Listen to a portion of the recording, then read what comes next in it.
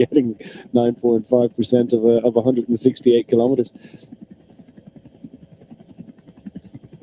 It was 10% downhill. It is hard to imagine, yeah.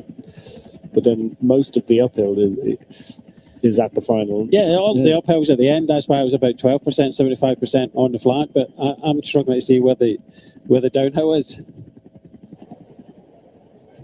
It's all downhill from here. Some are thinking. Just rolling and coasting through relatively sedate, neutralised section. Is that something that they'll appreciate? Well, we've got 4.9 kilometres, 1.8 left of neutralisation to add to the 168 kilometres we got on the stage. I think Sylvain Daly, all the jerseys start at the front, but Sylvain Daly, I think,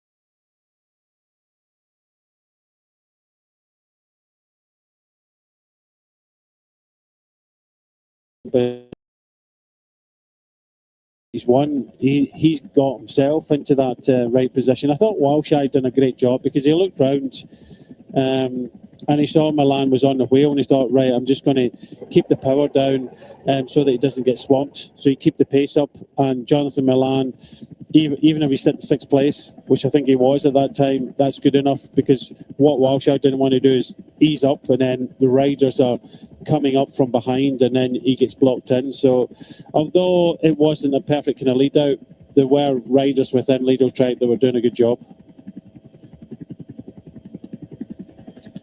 Through past the various sights and sounds of Al Ain City, east of Dubai, as I say, a little bit to the south. Expansive oasis irrigated by the ancient Farage system. Just looking at the youngest team over there in the pink, youngest team in this race, I think average 23. EF Education Easy Post, I think maybe they'll be looking for the breakaway as well, hoping that a successful breakaway will make it onto the climb, because I think for Tiberi, I don't think if the right breakaway goes away today, Declan, well, they might snaffle up the bonuses, and they'll know that Del Toro is potentially capable of winning the stage, maybe taking the 10 seconds.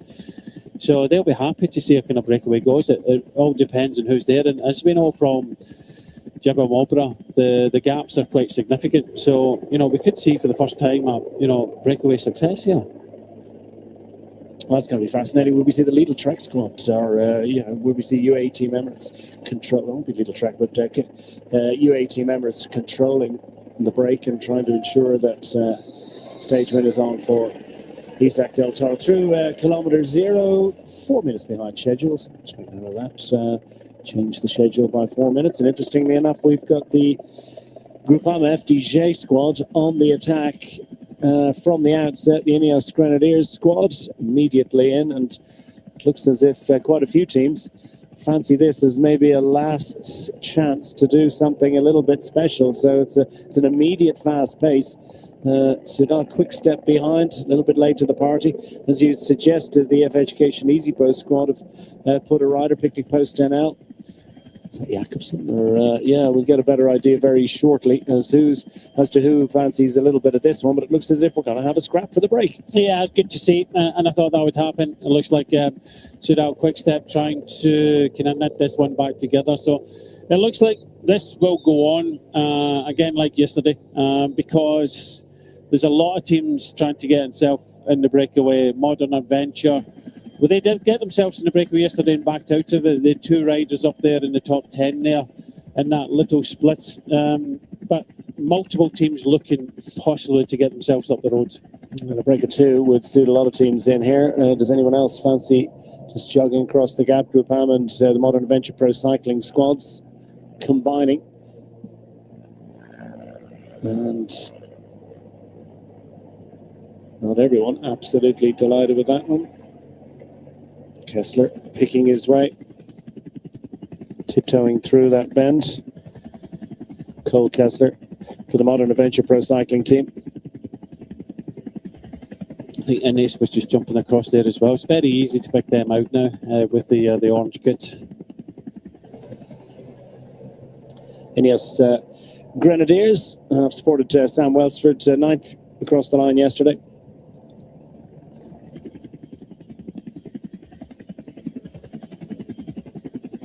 This one's Peter Oxenberg. Yeah, I think he's better placed in the general classification for that team. Yeah, well, he's 5:17 down. Svestad Bortsang is at 3:20.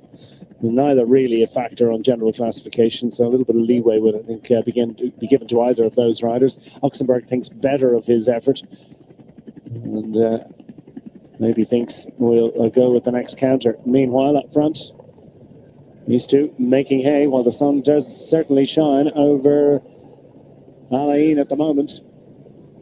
Just facing into... Yeah, Poleni, I remember seeing him, was it last year in the Giro d'Italia? Coming on to the last circuits. He was the rider that attacked, and Stephen Kreuzberg shouted at him, no, we have to cross the line first before you get that opportunity. He got himself in that small breakaway in the last stage of the Giro d'Italia. So he's a strong rider, and Groupama, trying to infiltrate something, but I'm sure there's plenty of other teams here that won't be happy with this situation. Potentially. Groupama FDJ. Sneak attack would be a little United. Yeah, let's give them their full title. Yeah, United FC, United CC.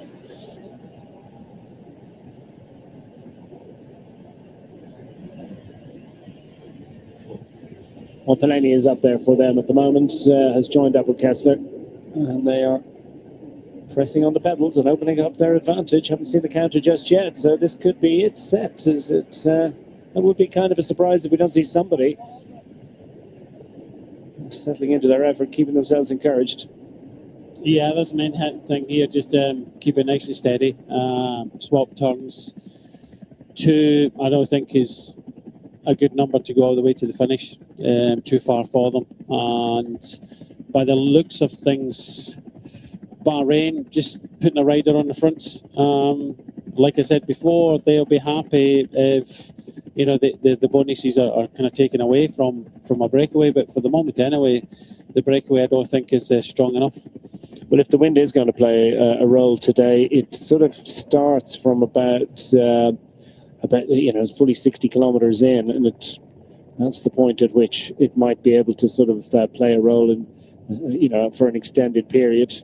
And that will run out and back all the way to, about 27 kilometres to go. So that's a decent chunk, more than 30k of a crosswind. And could it be that some of the teams are just kind of keeping their powder dry a little bit and have their mind set on that being the point at which you could start some racing ahead of the mountain to come? It's a strange one, Declan, because the first attacks of the day showed multiple teams. And then all of a sudden it stopped. For a brief moment there, and we saw that, the 2 riders at the front just were trying to communicate with each other, just keep it steady. Well, that's interesting, isn't it? The UAE squads clearly don't want to see anything going up the road too early, not if they're not involved at any rate. Juan Sebastian Milano, their sprinter, just investing today.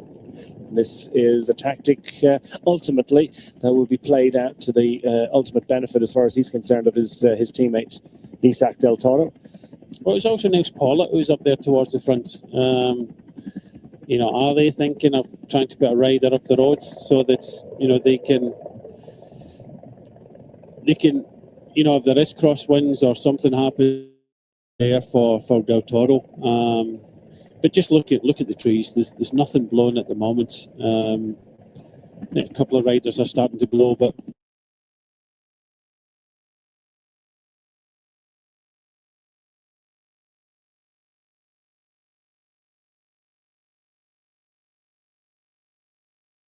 not over. Picnic post there now. Decathlon on the right hand side. You can see that Groupama following that one with two riders. I'm not too sure that's the best thing to do. Just let the wheel go. David Gaudu is up there in the second of the Groupama riders in the dark blue with the red sleeve. But when that happens, just let them go. If you want to help Paleni in front, just let them go and don't, because two's not going to be enough for them to ride all day. Yeah, Gaudu has himself got a top three finish on a stage that completed at Jebel Hafid, albeit quite a few years ago. At this point, 7 years in actual fact, back in 2019. He get a fourth place finish in 2020 as well. But it's a few years really since he's contended, so maybe just trying to find a different way. And as they control and think about trying to help their teammates up front, we're starting to see a few more counterattacks. But these attacks, are they frequent enough really to test and challenge that bunch and create a meaningful split? It looks as if everybody's got enough to resist, given that they're just not absolutely flat chat with these attacks. It needs to be salvo after salvo to create a proper split, given that the wind is not really blowing to the intensity or the direction that would help them just now. I see that Jonathan Milan in the green jersey, he's kind of following these moves. Again, another mistake here from Groupama, just kind of shutting that one down. I think if I was Paleni, I'd be wanting my team to allow some riders to go across. This is Ricard at the moment, Milan, and you know, just for Groupama, just you see him, he's trying to just close the gap down. Just let it go. Just really let it go. Milan is the interesting one. Is he looking to get himself in the breakaway and get some points? His points classification not absolutely assured, and potentially Isac del Toro with a stage win, or indeed Antonio Tiberi, who could potentially unseat him from that green jersey. So maybe he's thinking, I'll scoop a few bonus seconds before the end of the day, and that might just copper fasten things ahead of what's anticipated to be a final sprint opportunity at Abu Dhabi Breakwater tomorrow. Meanwhile, big engine to fire across the gap for the Ineos Grenadiers squad. They tried once, down to a tempting 25 seconds. That's a little bit more bridgeable, isn't it, in a relatively short order? Yeah, when you get that, you don't ride flat out.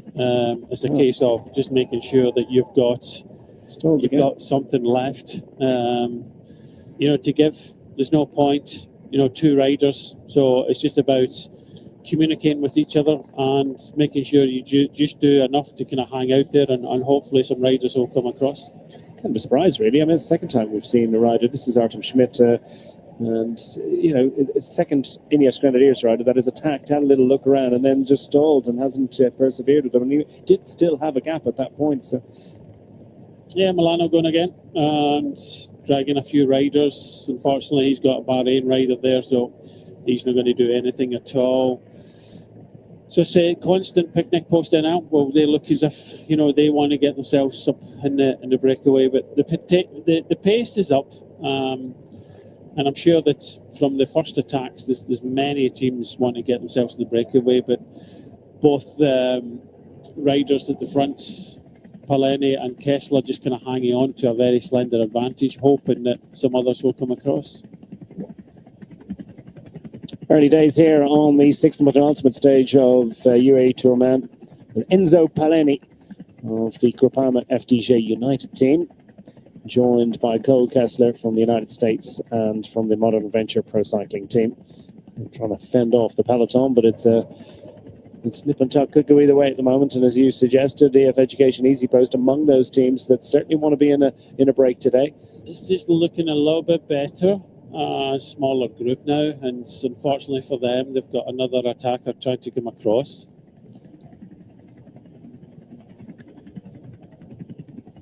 Have a quick look at the football stadium. We've started from here in the past, haven't we? Choose different points of Al Ain for the start of this stage in recent years. And this is interesting. It's a decent sized combination. Bahrain, Victoria, they've been notable really in not being absent, and I think that's playing into what you suggested. They want to make sure that the bonus seconds head off up the road. That'd be an ideal scenario. Yeah, that would be perfect for them. Looks like it's been across here now, ultimately bringing it all back together.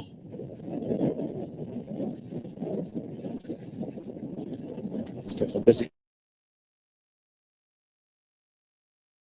for the Decathlon CGM team.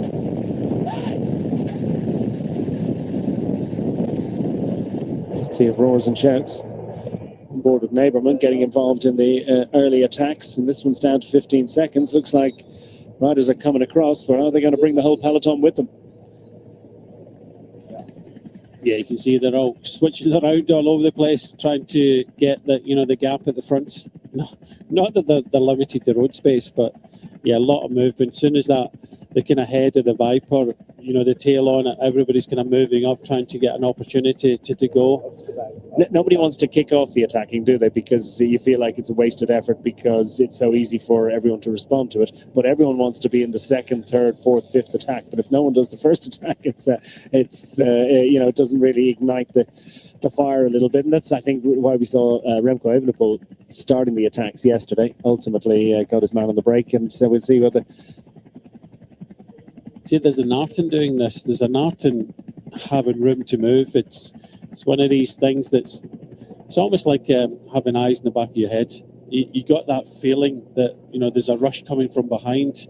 You either have to go to the left or the right, otherwise you're going to get blocked in and you can't go with the attacks. And it's just hovering, I say, at the front of the peloton, so that when the attacks go, you're following one. When it comes back, you're waiting for the next one to follow. Not everybody wants to make the big efforts. Well, peloton fanning out behind as three potentially joined by two, and for Groupama they could potentially have two riders up there, so that would be useful. Modern Adventure. Second across in that three, so yeah, still a little bit of movement. No EF Education Easy Post in there, no Red Bull in there, so this is why we see in the managers meeting they want to get in there. So it's one of these things. Do you chase this one? Don't you chase this one? And now we get 6 riders coming to the front chasing our 2 leaders. And that's a lot of riders, and maybe that's not really something that some of the other teams would like. It would lead to a tough old chase. Stage 3 was that the early break was just 2 riders involved, but they did give them a huge margin, knowing that there was such a beast of a climb to come at the end. But if there are lots of riders in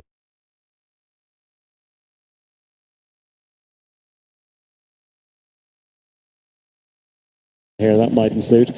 If they're down on general classification, that won't bother the Bahrain Victoria squad, but it might be a headache for the UAE Team Emirates squad, who have been sort of thereabouts in shutting down a couple of attacks and keeping the pace high to prevent counter-attacks. Interesting that these 2 riders not minded to just sit up and wait for those counter-attacking riders just yet. Issue still very much in doubt. Finely balanced. Patchwork blue.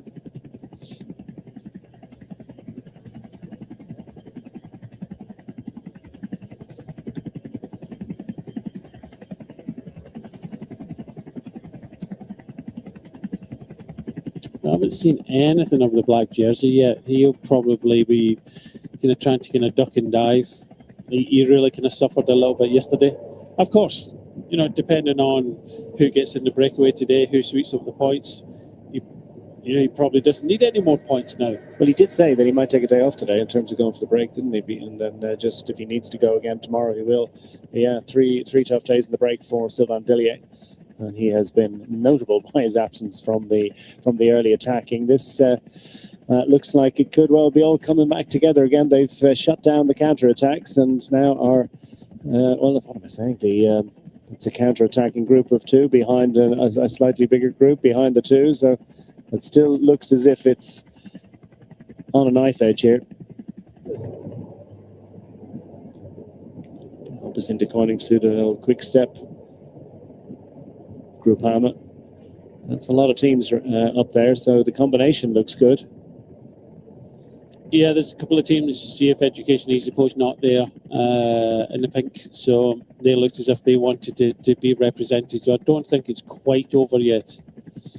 Any climbers likely to chance their arm in an early move like this, or is it, are they going to leave it up to the I would think, yeah. I would think, you know, if you've got some sort of climbers legs on you, then getting yourself in a breakaway, especially when it's starting to build to a size. It's not completely over at the moment. The breakaway's not gone, but if you can get a 10-12 man breakaway, then and you're a climber, then it depends who's going to chase later on.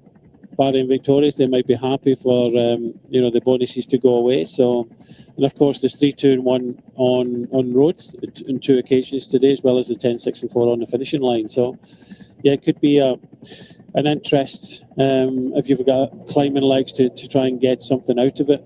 For the first time we're actually seeing Visma as well in the yellow. I thought they would be a team that would want to try and get in the breakaway, but that's another team that have missed out here, and EF Education is another team that missed out that I mentioned, trying to get themselves in the breakaway, so it's not completely shut down for the moment. Yeah, Jürgen Nordhagen, the best placed rider for the Team Visma Lisa Bike squad. Wilco Kelderman is a rider who'll be a good support act for him. He knows the hill well from previous appearances. He's 14th overall at 2 minutes and 5 seconds. Timon Grat as well. Solid effort from him on the stage 3 climb. So solid, but not outstanding from a squad that is used to contending for overall glory. Maybe they'll try a different way today.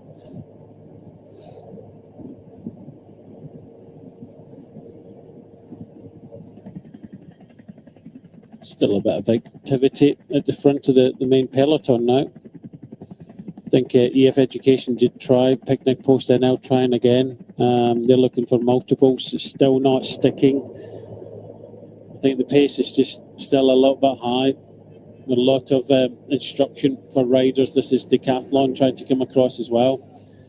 I always forgot about Kessler and Pauleni. Yeah, just kind of hanging out there at just 14 seconds in front. They've been making this effort for the last kind of 10 minutes. Desperately hoping that if someone is coming up, it's not the entire peloton. And they're not. They can't afford to ease up and just drop into the clutches of this group because, well, they're far from certain to stay clear of the peloton. Looks like 1 or 2 little splits. The pace is pretty intense now. Riders finding it difficult to maintain a position, or 1 or 2 just trying to jog across. The easiest job to do.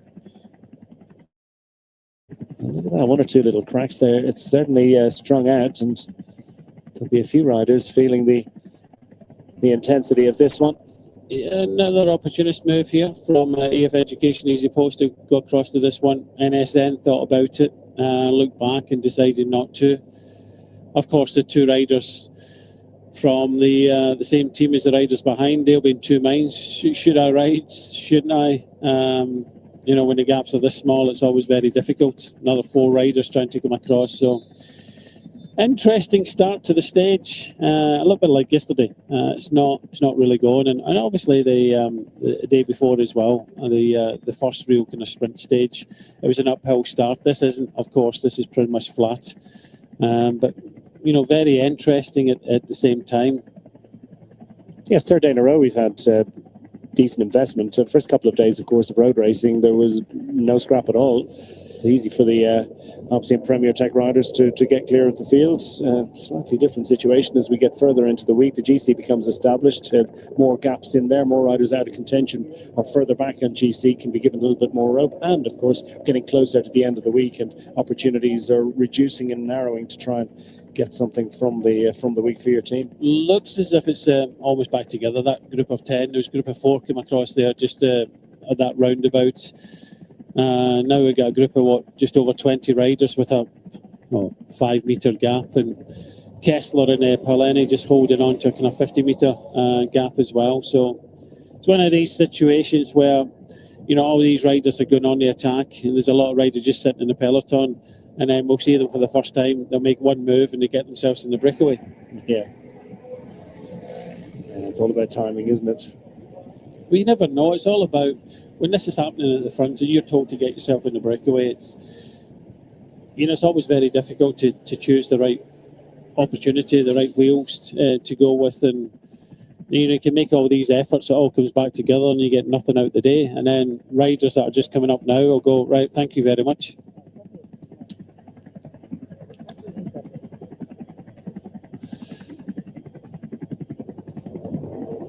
Still, they press on. They haven't been told back just yet, so you continue to persevere. Paulini, an FDJ rider. A bit low over the bars for the season. There's a sort of a battalion of phalanx of Honda Goldwings suddenly. These are the motorcycles that are supporting this event, the local motorcycle marshals, and they have their bikes wrapped up with these little Ticos, these little sort of stretch covers branded UAE Tour, and they make for quite an interesting sight. Well, but they're almost all Honda Goldwings. Yeah, the combined convoy, they've doing a terrific job this week, just making sure that there's no vehicles creep out of any kind of side road, so they're all coming past at the same time. I was just about to say a great opportunity to go on the attack, because you can try and dive between the bikes and get a little bit of shelter. Pick your bike, yeah, it's like a 1980s classic, that, isn't it? Motorcycle to sport everyone. Paulini and Kessler now with a free road in front of them, about to be joined, and Ineos Grenadiers, after numerous attempts, have finally put a rider into the front of the race, albeit with just a matter of meters of an advantage, and that's just not going to be enough to be sure. So he's not riding through, so they don't want this one. He's shouting at Paulini and going, why is your teammate riding at the front? Why is Cavagna riding us down here? That's what he's asking. Why is he doing that? It's always a kind of strange situation. So Cavagna coming across, and I think I'd rather have Cavagna here if I was Paulini. But these guys have been out there for a considerable amount of time, and you can just see the kind of question marks now. Do I ride? Don't I? But he's trying to tell Paulini, why is your team chasing us? But I think it's a good thing, because trying to come across this gap, Cavagna's a big motor, and it would be good for them to have him there. But yeah, when you look back and see your teammate, it's a difficult situation. Have you ever got grumpy about that in the past? Have you ever been the one doing it? Found yourself, chasing a little move in your teammates there? I've never chased unless it was beneficial. It's better to have 2 in front than 1. But I wouldn't chase down intentionally. And as we say, it's pretty much all back together.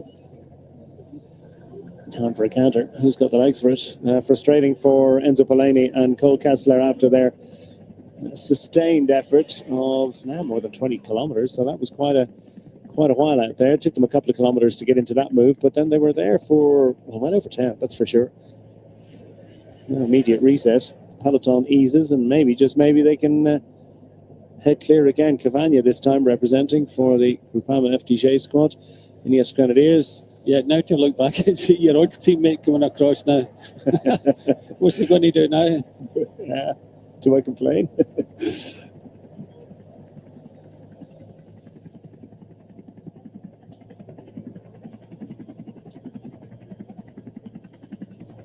It's not going to be this one either. All back together again.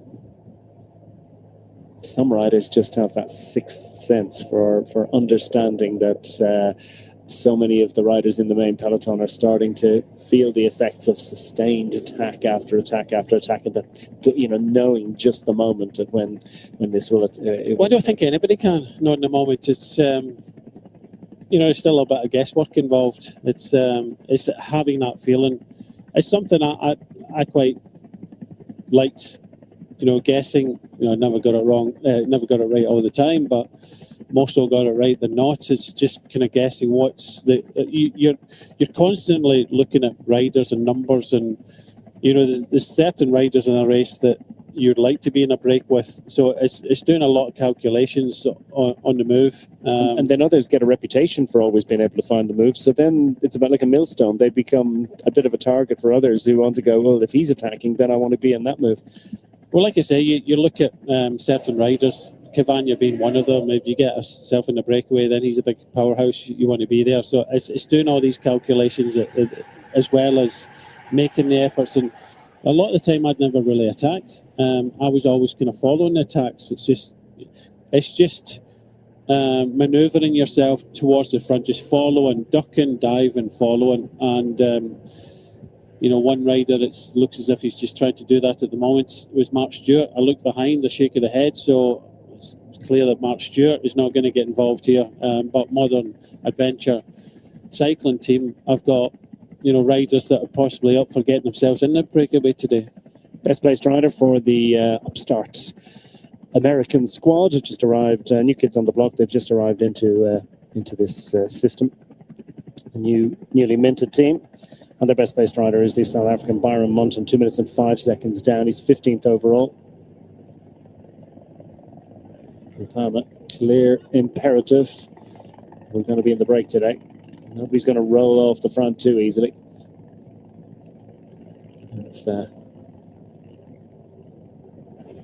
I've seen Premier Tech have anything to say about it. Ricard again. New assembly at the front. The peloton sustains a decent momentum. There's no instant gain.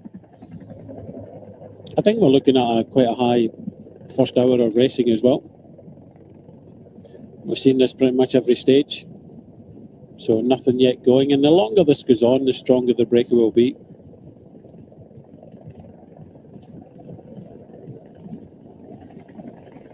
So we do have a breakaway, but they're fanning across the road. Someone looked going down the middle now.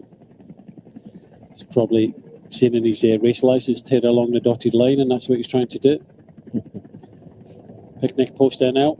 There's no picnic getting in the breakaway today. No, it's no free ride into the move. Again, a charge clear solo.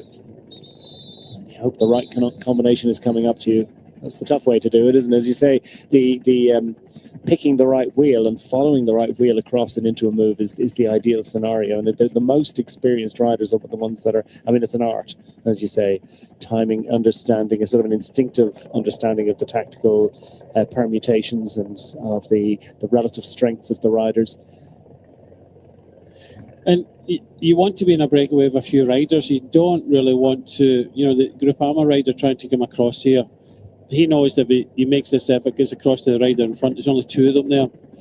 Modern Adventure sending the rider across there, now that makes three. So you'll be thinking, well, to go to the finish today, 140 odd kilometres to go, three's not going to be enough. So you're looking for, right, the next move that's going, I'm going to try and get in it, because if we can get another 3 or 4 in there, that gives us a chance. What's the optimum number? We're not. Am I wrong in assuming that we're not going to see a sort of a Tour de France, Giro d'Italia style 15 to 20 man breakaway group, or could we see a fracture like that in a 143 rider peloton?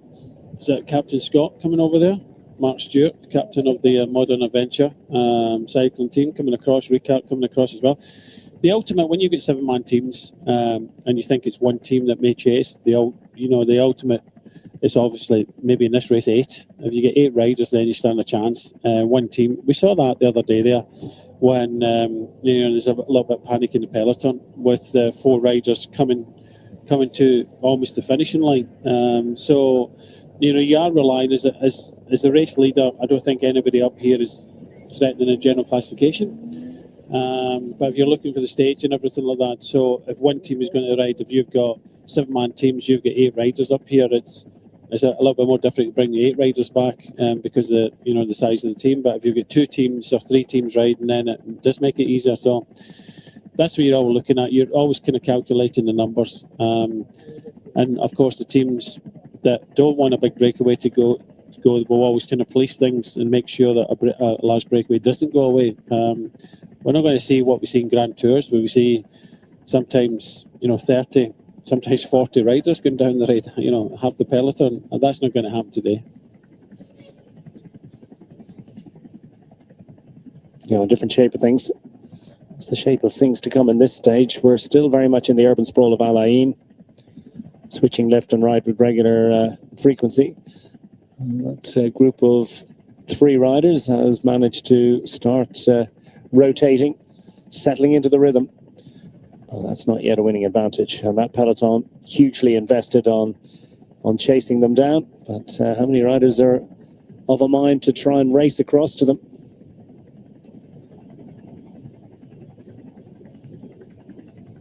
UAE, every now and again, they go and shut one down. They haven't had to do so much of that because so many riders want to get in here. And then finally, Mark Stewart's in a break. I mean, you've kind of been predicting it and expecting it all week. Well, they said his job has changed. He's now a bit more of a leader, but he's not going to be leading out Pickerel today, purely because it's an uphill finish. So it gives him a little bit of freedom. He will have a job tomorrow. So, when you get yourself in a well-organised team, thinking of, riding like a World Tour team, then everybody's got a job. And that's why we saw in the first kind of 2 road stages that no one really wanted to get themselves in the breakaway. We see this all the time in a lot of the major races. It's always the kind of second division teams that are getting themselves up the roads. Well, Team Bahrain victorious, representing the interests of the man 4th in line here in that red jersey. Antonio Tiberi seem content with that one. They appear at the front of the peloton as if to say, that'll do us. And we might as well let that 3 go up the road. Of course, that would be useful, wouldn't it? Taking away those bonus seconds. None of those riders are a threat. That would suit them, but it doesn't suit other teams. And this is why we're continually seeing some more attacks coming. So it's not done and dusted for the moment. It's only 3 riders. You can see that Mark Stewart was into the race radio. He knows he's not a climber. He knows he's not getting any sprint points this year anyway. He's won that competition a couple of years ago, but what's the point in getting himself in the breakaway if you get yourself, you torture yourself all day, come to the final climb, and then, that's it. It's, we see in other races, it's TV time for the sponsors. But I think, they'll be hoping, especially the market will be hoping that, some other riders come across. Stadium. The architecture inspired by palm tree design, 25,000 seater. Nip and tuck again. Ineos Grenadiers want to be up there. What an adventure. Think, well, if a counter's going, might as well be in it and contribute and just add to our numbers out front. But so many other riders that also not interested in allowing it, maybe fancying getting in a counter, and it's actually Bahrain. But it's Bahrain, it's doing this. I don't think they should be too worried about, riders going down the roads. You've got to remember, Declan, that we're just 23 kilometres away from the first sprint of the day as well. So bonus seconds on offer there, so you could have 3, 2, and 1. Yeah, and Leonard van Eetvelt, the foundation of his victory in 2024 was, obviously he took a great stage win on this particular stage back then. Leonard van Eetvelt sitting 4th overall at 1 minute and 7 seconds. But yes, it's not necessarily an ideal scenario. A good point that you'd want at the very least those bonus seconds disappear. They have stopped. I'm not too sure. I couldn't see if there was any danger man in there for the general class. We might be doing them an injustice, but for Bahrain to ride that down, there's no real reason. Just let riders go and hope that they don't, the bonuses don't come into play.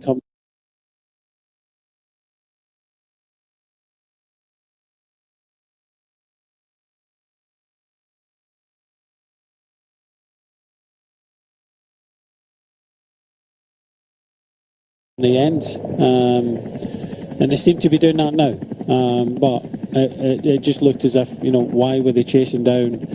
Because 3 riders are not going to go to the end. It's going to be a strong breakaway of many riders that are going to go to the end, and they're going to have 5-6 minutes, at the bottom of the climb to have any chance whatsoever. So the way that Bahrain were riding there, it was as if, they wanted to contest for the win and bring the bonuses into play. And as I said, if you have any bit of an off day and Del Toro has a good day, win bonus of 10, and the other rider doesn't get any bonuses, then that's 11 seconds. It's not a lot. Yeah. Clucker's among those riders, just trying to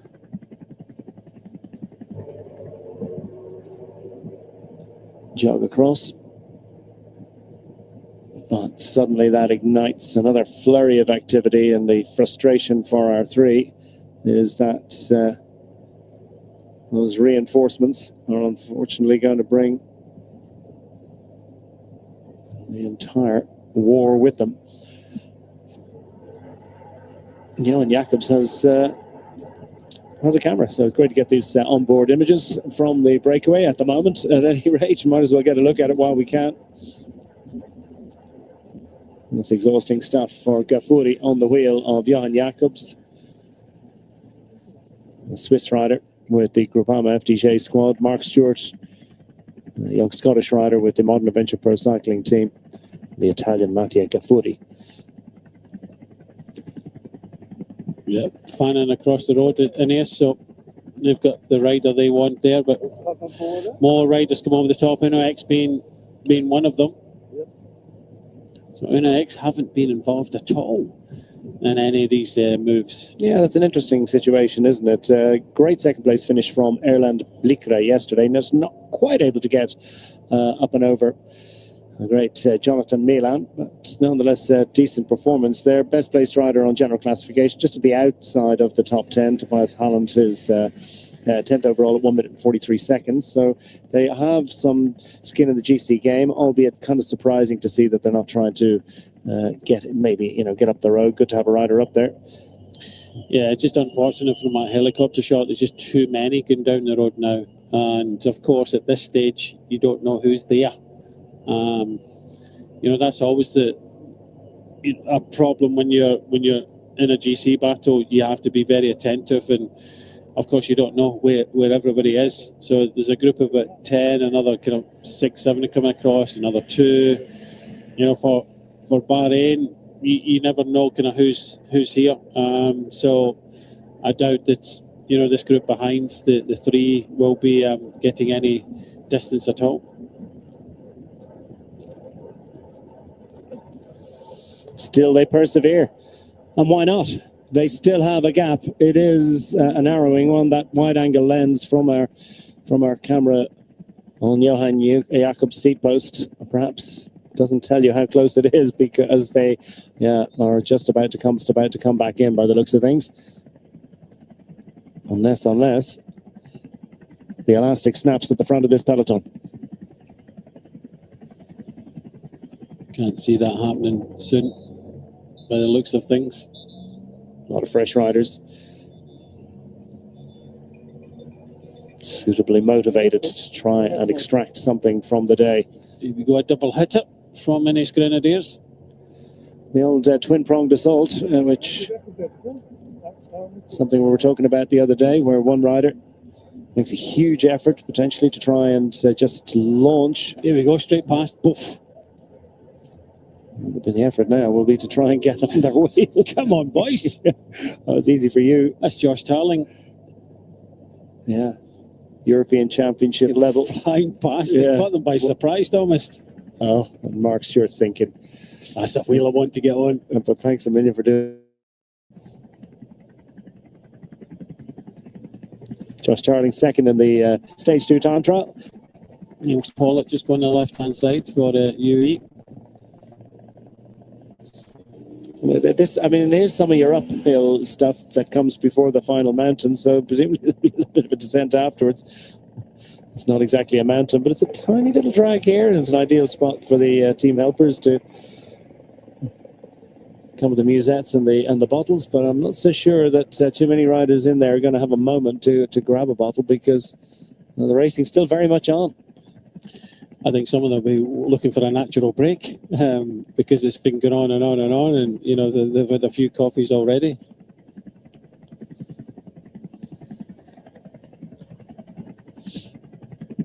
Well, they assemble up front for a little bit of a conversation. The rider's not going to miss out on the opportunity to grab a bottle or two. Remco Evenpol down the back, trying to stay as relaxed as possible and doesn't seem too perturbed about the intensity of the racing to this point. Certainly doesn't seem involved either.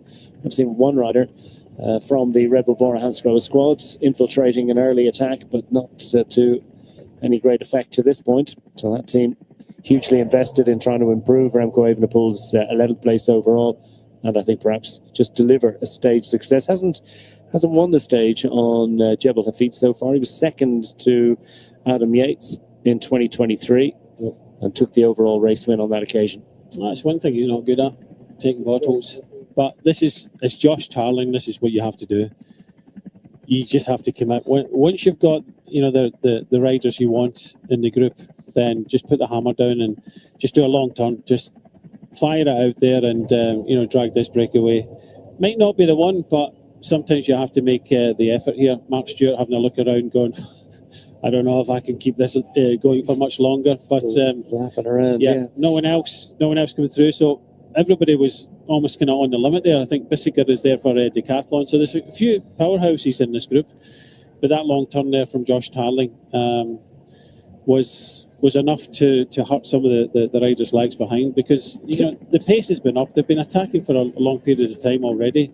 It is going to make a difference.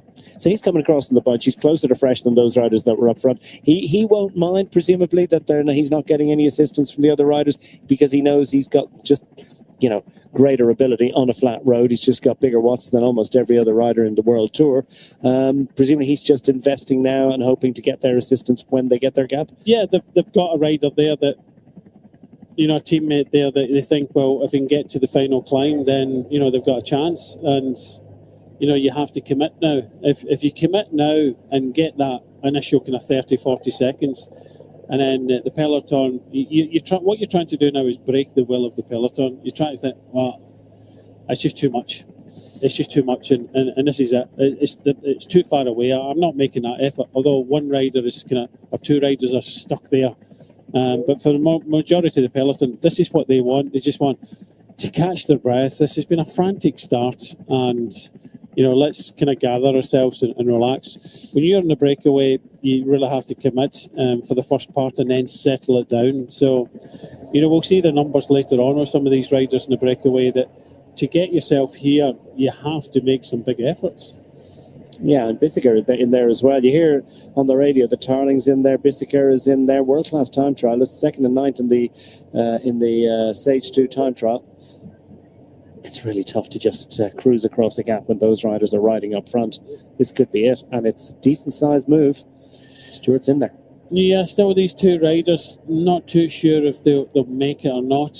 They've still got TV motorbike behind them, so they must have a little bit of a gap still. But if they can make it across, but we can see in these rollers that it's a nice road. This is Pinarello and Red Bull trying to come across here. Zukowski for the second day in succession. Are we going to see two Scots in the breakaway today? Callum Thornley. Come on, Callum. Callum and Mark. Where's the Irish? Where's Ryan Mullen and Dunbar? Eddie Dunbar, yeah. Well, I think Eddie might be saving it for the climb a little later. We're not sure about Ryan. Go on, Callum. Make the effort. If TV's listening to, can you just put that bike in front of the two riders, please? Absolutely no lack of objectivity here by Brian Smith alongside. Yeah, you got a Welshman up there, and you've got potentially a couple of Scots, and it's a big day for both nations in other sports. We'll be fighting against them at the rugby union later. But there are a couple of decent climbers in here, so this has got a chance. This is what we're talking about, a scenario where depends how much time they get. If they get enough time, because we've seen breakaways hit this final climb up to Jebel Hafid and completely capitulate and lose 5 minutes. So it's not done and dusted, but at least it does look as if the breakaway is formed now. There's strength in numbers, and there is strength in the specific numbers that are there. Yeah, and a lot of the teams that were trying to get themselves in the break have got themselves there. So that means that, the peloton can relax a little bit now, because it's always the case of the sports directors that are in, you're giving the numbers to the riders attacking, getting in the breakaway, and we've not got someone there. I'm talking about EF Education, Easy Post, and others. Okay, it's nice to smile, but because I think they've realised this is our time now. But for these two riders, I think they cannot ease off for the moment anyway. It'd be good to have Red Bull and Pinarello. It's two more teams represented here, so it's two more teams that I'm not going to chase. And for these riders, even if they're not making progress on the riders up front, they'll continue to press on until, hoping that there will come a point at which the breakaway will say, right, we'll settle in here a little bit. We'll just ease our effort ever so slightly. We'll continue to gain, but with not quite the same intensity. And that could be the opportunity, the moment for these two riders. But they need to stay within a half a minute of this group, fast-moving group up front, because they're not easing up just yet. Approaching a minute advantage, it's rising rapidly, and you start to think that this is the break of the day, albeit how much rope are they going to be given and who's going to do the chasing behind? Yeah, that's the situation. It's all important, and I think for Thornley and again Zukowski is the rider who was in the breakaway yesterday, is in that two-man group behind. They have to stay as close as they can to this group and hope that the peloton sit up a little bit. If the peloton sit up a little bit, then they've got an opportunity to come forward.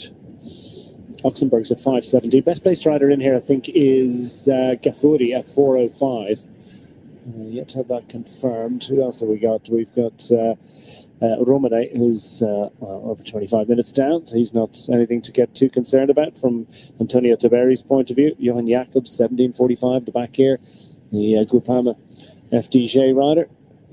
Number 61 is Josh Tarling. He's stage 2, second place finisher. We get two Welsh riders in there. We got Owen Doyle is there. I never recognised him in his new kit there for Visma Lisa bike. There was Scott in there just to even things up. Yeah.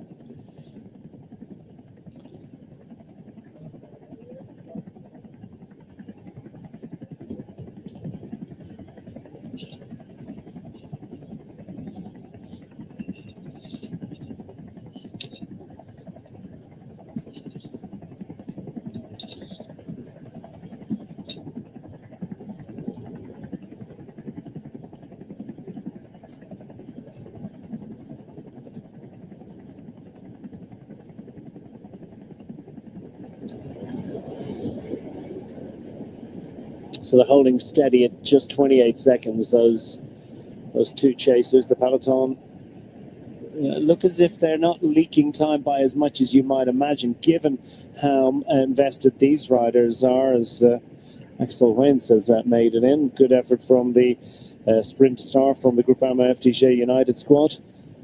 And this man here, number 153, is actually the best placed rider on general classification, so he's just over 4 minutes down, and they're going to need all of that and more starting the final climb to have any chance in here.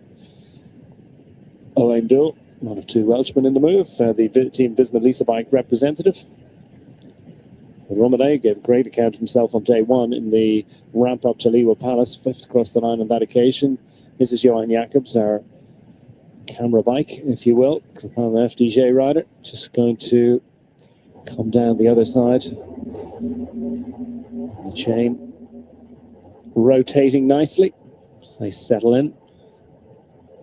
Romale gets some decent. It looks as if Gafuri's just going to miss a turn here.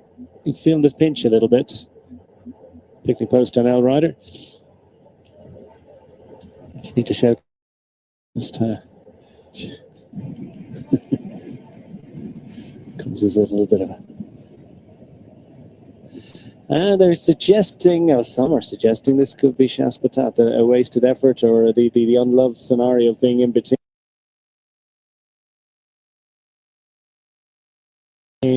but they're starting to lose time here a little bit, and Callum Thornley's hopes, dreams and aspirations of getting up front require something a little bit special. Now Zukowski, I wonder how he's feeling after his arduous efforts in the break in recent days. We're Canadian champion on the blower, and you feel like the steam's gone out of that one, and they're going to be reabsorbed by the main peloton, and we're going to have to make do with a 9-man breakaway. 2 Welshmen and a Scot from the point of view of our somewhat partisan commentator here, Brian Smith. I have, of course, a picture of objectivity there. Yeah, there's no real surprise there. Sikowski, well, he had a tough ride just yesterday, being in the breakaway all day. They did come close, 20-odd seconds, but understandably, the 9 riders don't want to kind of hang around. This is what we were talking about earlier on. UAE team Emirates been forced into this one because they want the bonuses to come into play. So they have put Herregods on the front now because they want to keep this gap down. So they want to look at the stage win and the bonuses that come with it. Yeah, a similar situation for Felix Orn Christoph, Alexander Christoph's younger brother, who has been put into work there for the Lotto Intermarché squad. Leonard van Eetveld, the 2024 winner, is just 1 minute and 7 seconds down. Well, it's a decent gulf to the very front of the race to Antonio Tiberi, but he's within 7 seconds of the podium. And I think he's also thinking that bonus seconds on the finish line are something that they would like to have, and maybe the bonus seconds as well at the, if not the first intermediate sprint, certainly the second intermediate sprint. For Sikowski and Thornley, brave efforts, just too late to the party, and not quite able to join up with some enormous ability in the shape of the likes of Stefan Bissegger and maybe more particularly Josh Tarling, 2 huge time trial engines driving the breakaway along.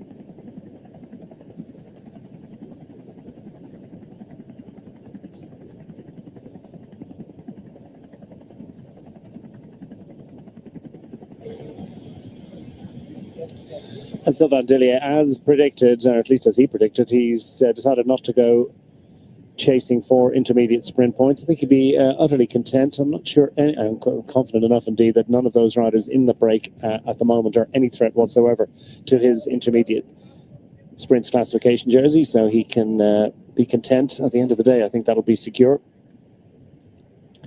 A little way to go before we have the first intermediate sprint of the day, albeit it's about 6 kilometres now, 114.4 kilometres to go will be the point at which we make our way back into Al Ain at the Haidan bin Mohammed Stadium.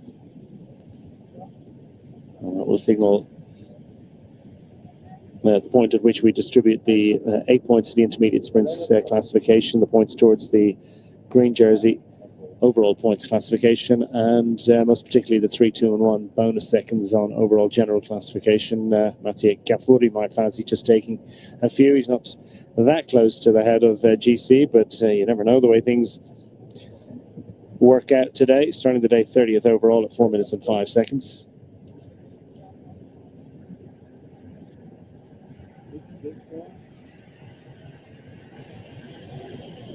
Three bonus seconds would move him up 1 position to 29th. I don't think that's key, but you never know. At the end of the day.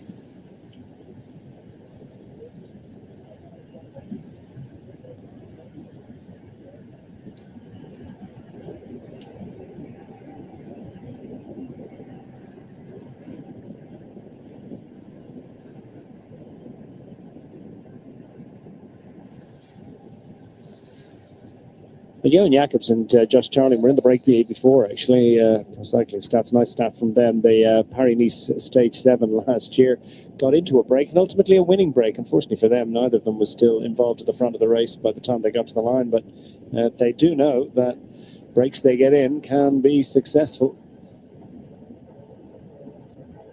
Also in the early move in the in Paris-Roubaix in 2024, Jacobs and Bissegger, so they know their relative strengths and weaknesses.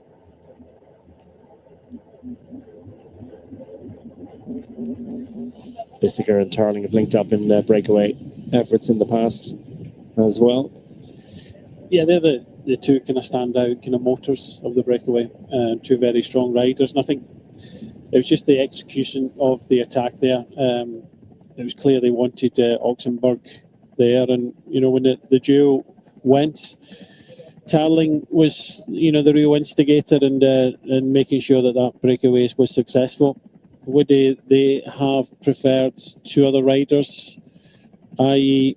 Thornley and Sikowski being there? I think yes, but you can't kind of hang around. You have to kind of push on. And of course now we get two teams riding at the front with UAE Team Emirates 6RG and of course the Lotto Intermarché team. And as Declan's already explained, we've been talking about this from the start. The reason why they're riding is because they want the bonus seconds at the finishing line to come into play.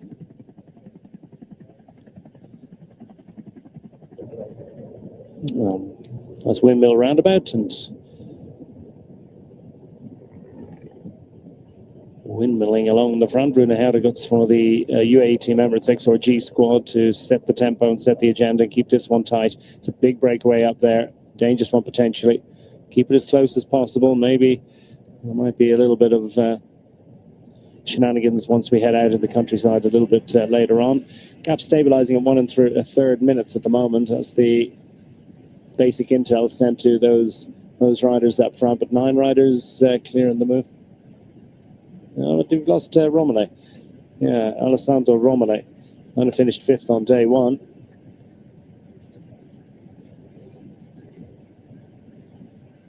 There he is.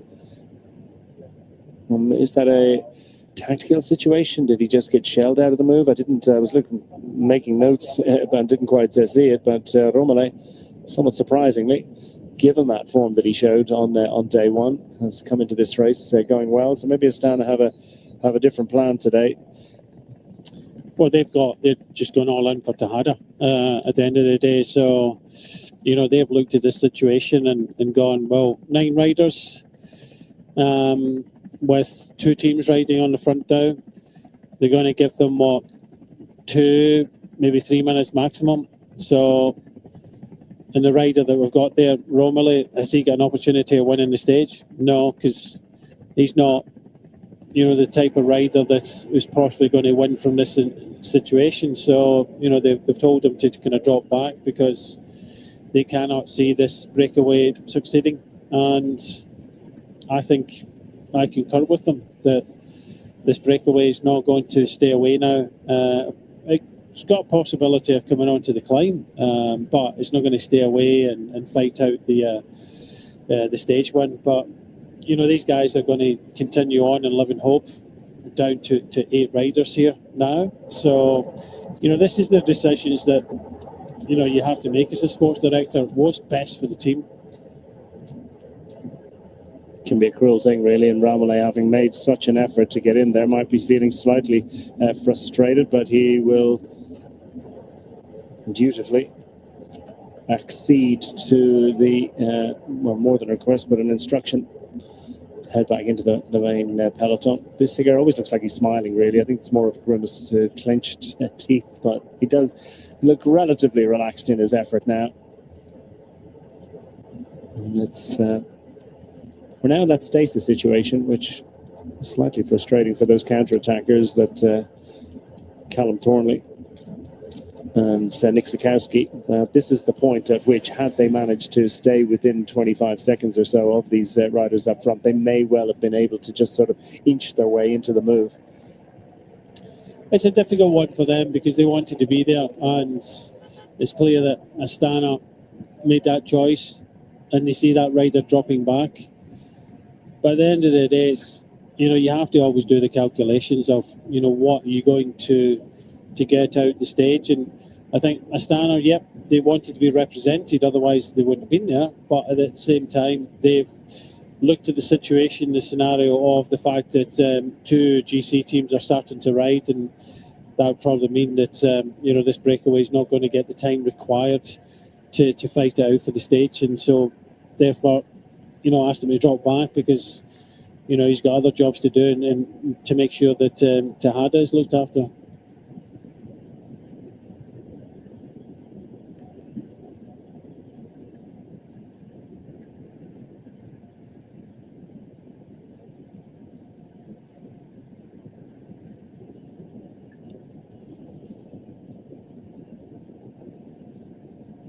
So approaching the first of our 2 intermediate sprints today. Sylvain Dillier safely ensconced in the warm embrace of the main peloton. Not going to add to his total today. He's got a 24-point advantage over his nearest rival. None of his near rivals are in this group today. So will we see any sort of a contest, or is anyone minded to consider anything about this particular sprint? I think not, in actual fact. And they'll just scroll through, and it's Mark Stewart that takes that one. Breakaway king, of course. Maybe just can't help himself, has to do it. Some Scottish success already today.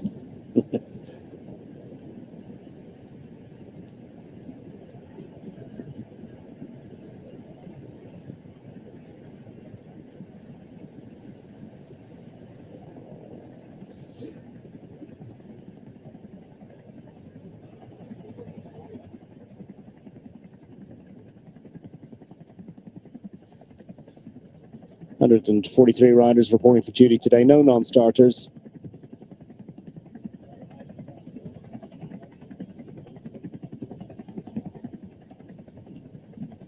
And our first hour, we covered a piffling 54 kilometres. That was a tasty start of the day, it has to be said. And we've seen fast average speeds throughout the week, despite the fact that we haven't had the crosswinds that might have, stirred the bunch into extra activity. Can often lead to huge average speeds. Nonetheless, there have been plenty of teams and riders invested in getting into moves and keeping the pace high. As a result of which, the average speed's been quite impressive. It was 44.920 kilometers per hour average speed in yesterday's Dubai stage. Palms Sports stage with recording as well. That was the stage up onto Jebel Mobra on stage 3, and it produced an average speed of 44.189 kilometers an hour. It's remarkable stuff. Oh, actually, no, that's GC. So yes, no, the Palm Sports stage the day before, and that the day after that was Jonathan Milan, but that Palm Sport one was still 43.775. That one was the one to Jebel Mobra. So remarkable that you could have a climb of that severity. It doesn't pare back the average speed below 40 kilometers an hour.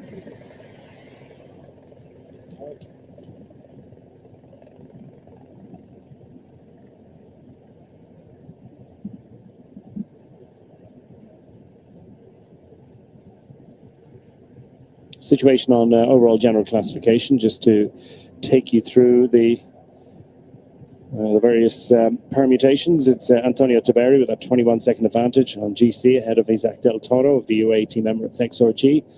That's why UAE are on the front. They want Del Toro to win the stage today. Want to ensure that he gets 10 bonus seconds along with it. That would mean he would just have to beat Tiberi to the top of the hill. Well, by a lesser amount. I suppose if Tiberi was second, that would be a net 4-second gain, wouldn't it? So he could afford to be 16 seconds, I suppose, ahead, rather than 21 seconds in order to win the race overall. Always assuming nothing happens again tomorrow.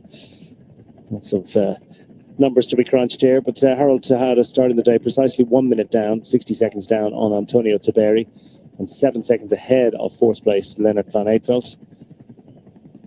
Lucas Plapp has to make up 19 seconds to get onto the podium from fifth place. He's 119 down overall, 121 down for Ilan van Wilder, sixth overall for Belgium, and more particularly for the Soudal Quick-Step squad. Derek G's in handy seventh place overall for the Lidl Track squad, the Canadian National Road Race champion, 128 in arrears, less than a half a minute from a podium position. Jürgen Nordhagen, great performance from the young Norwegian rider with the Visma Lease bike team. He's nicely placed, 130 down inside the top 10, as indeed is just in 10th place his fellow countryman for the UnoX Mobility squad, Tobias Holland, 143 to find to get on terms with Antonio Tiberi. If you look at the GC, it makes, there's just 21 seconds between first and second. Your gut feeling maybe is that it's just a two-horse race between the top two riders. And then there's a gulf back to Harold Tejada in third at 1 minute. And then virtually nothing to choose between them. It's really quite tight. It's just 7 seconds, then another 12 seconds back to Luke Plapp, then just 2, then 1, then 6, then 2. Really, really close little gaps throughout the top 10. So plenty of opportunity for shifts in that GC among that group of riders. And they'll all be looking at each other beady-eyed, and it will be fascinating to see just how the tactics play out, how riders will distribute their effort on that final climb, bearing in mind the riders that are in and around them and the opportunities that they might have, or the defence that they might be playing against the riders immediately about them in GC. And whether that's going to make it in any way difficult for Remco Evenepoel at 11th place overall. Just 1 second off the top 10, but you feel for him it's about a stage victory today, just to reset the dial a little bit after that stage 3 collapse, and that Evenepoel at the very minimum would want to win the stage, but just might find any chance to attack early and try and gain some time and get into the GC fight. Might be stymied a little by others around him on GC that don't want to see him gain too much. So I think Evenepoel okay out of it, I think, in the general classification, but he's going to have a say in, I think, the outcome. Whether he's taking bonuses away from others. He'll want to be moved up in the general classification as well, but I think he'll have a say in how things are going to play out come the finish.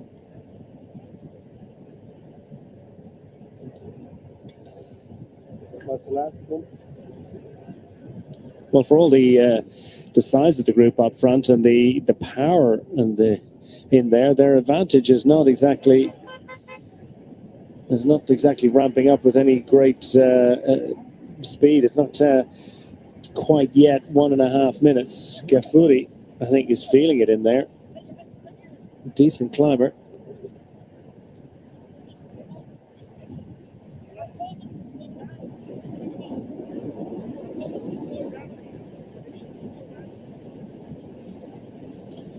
Matt Winston suggesting that maybe the brake should slow down a little bit, and that would be appreciated by the main peloton behind. We've talked about this on several occasions, that it's all dedicated. The speed of the race are determined by the breakaway at this point.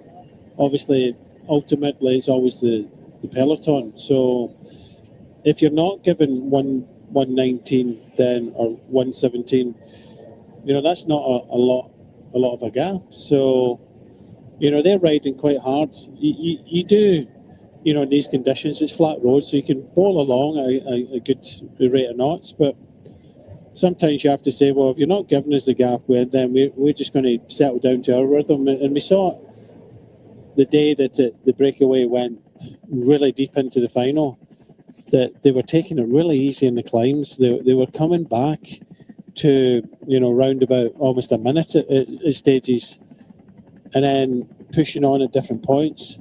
But because it's flat the whole way towards the bottom of the final climb today, you don't want to kill yourself. And for Christoph and Herigotz, who are riding at the front, again, it's a little bit easier for them. They're riding on the flat. They can ride with a little bit of speed. You can see the peloton all kind of strung out. And I think the message is just settle the breakaway down. They're going to have to try and save energy, and let's see what the breakaway decide to do. Because if this continues, then they're going to hit the climb with very little advantage, and then the breakaway are just going to explode. You have to ask the breakaway. The breakaway has to ask the peloton, are you going to slow down or not? And they do that asking by slowing down themselves and seeing if there's a response, or is it more formal, that you'll actually, communicate with your riders, and then there'll be a sort of an exchange of views and conversation between teams in that main peloton. But there's sometimes you need that road captain. You need that person to understand what's happening. Who is the road captain of some of the riders in front? They go up and talk to the teams that are riding, why are you riding so hard? It's just give the breakaway a little bit of space, but then for the teams at the front, well, they've got their job. It's they might want this. They might want it to be kind of hard all day. We saw what happened to Del Toro, and that's Jebel Mobra climb, where he never had his legs. It was maybe too easy throughout the whole stage. Maybe he wants it a little bit harder all day before we hit this final climb. So you never know what the teams are demanding. Gavori didn't look too comfortable, did he? In the line, there's huge watts being distributed on the road in that breakaway at the moment, and he's the best placed rider. Could move up a little bit on GC and could get a decent run on the climb himself, but did look as if it would definitely suit him a little bit if they eased up and they got a more of an armchair ride towards that final finishing climb. I don't think Picnic Post now are really looking at moving up in the general classification today. This is a fight to try and get something out the day. This get is a stage, a result. Trying to get the stage win, and it's not going to come if they keep on trying to kind of ride at the speed.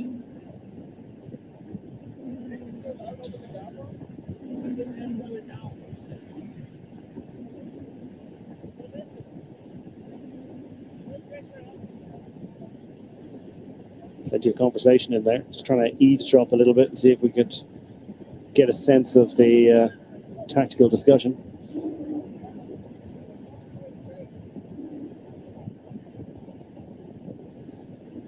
Of Jacobs, Bissiger, too animated at the moment. Gaffuri makes his way in.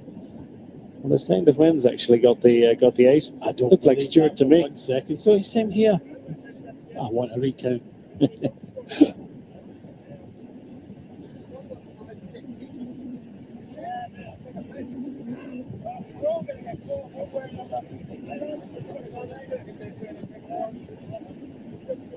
We're all going to get caught.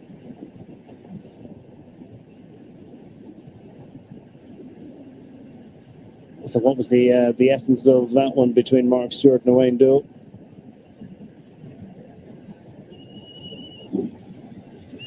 Cap has come down a little bit. And these riders riding at a steady and challenging tempo, and the peloton and one long snaking line behind is the intermediate sprint standings. Nothing that happened up front and in that most recent sprint has had any effect on the situation. Dillier all but home and hosed at this point.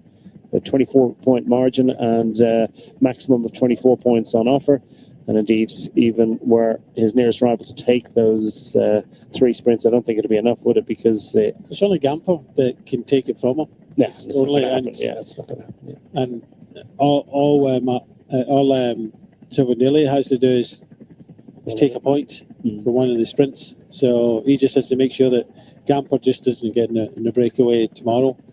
I don't think he really has to get in the breakaway tomorrow. So, he could have relatively 2 easier days.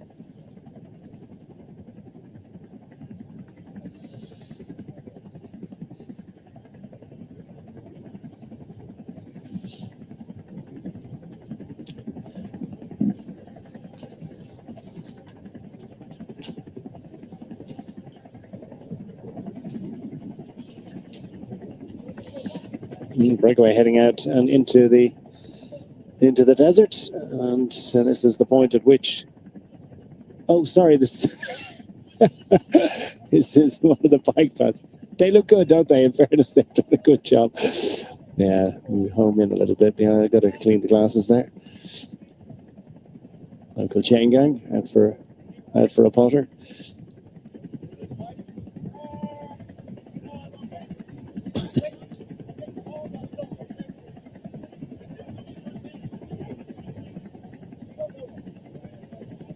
And more great bike path facilities to absorb, to take in. The Alley cycle track, what a fantastic facility for the local leisure riders.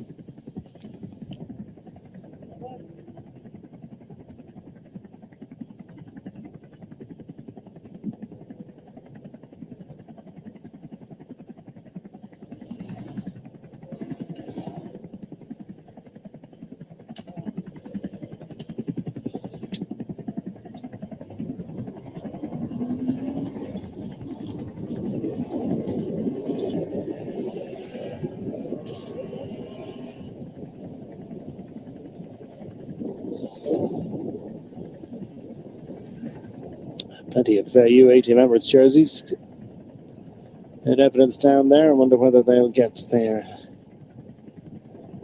get the hammers down. That one, they think they'll get what they want. Isac Toro being able to deliver at the end of the day. Bastropher in the main peloton. It's not exactly easy, not exactly flat out. 3:33.40. A rider of his caliber could do that for hours. You feel it at the end of the day. Milano coming up to assist for the UAE Team Emirates squad. Just coming up to maybe give a bottle and a little bit of encouragement to Runa Herdeguts. They'll share the duty of keeping this breakaway group. Therefore, this is the breakaway group. And they keep them on a very tight leash. Not anymore.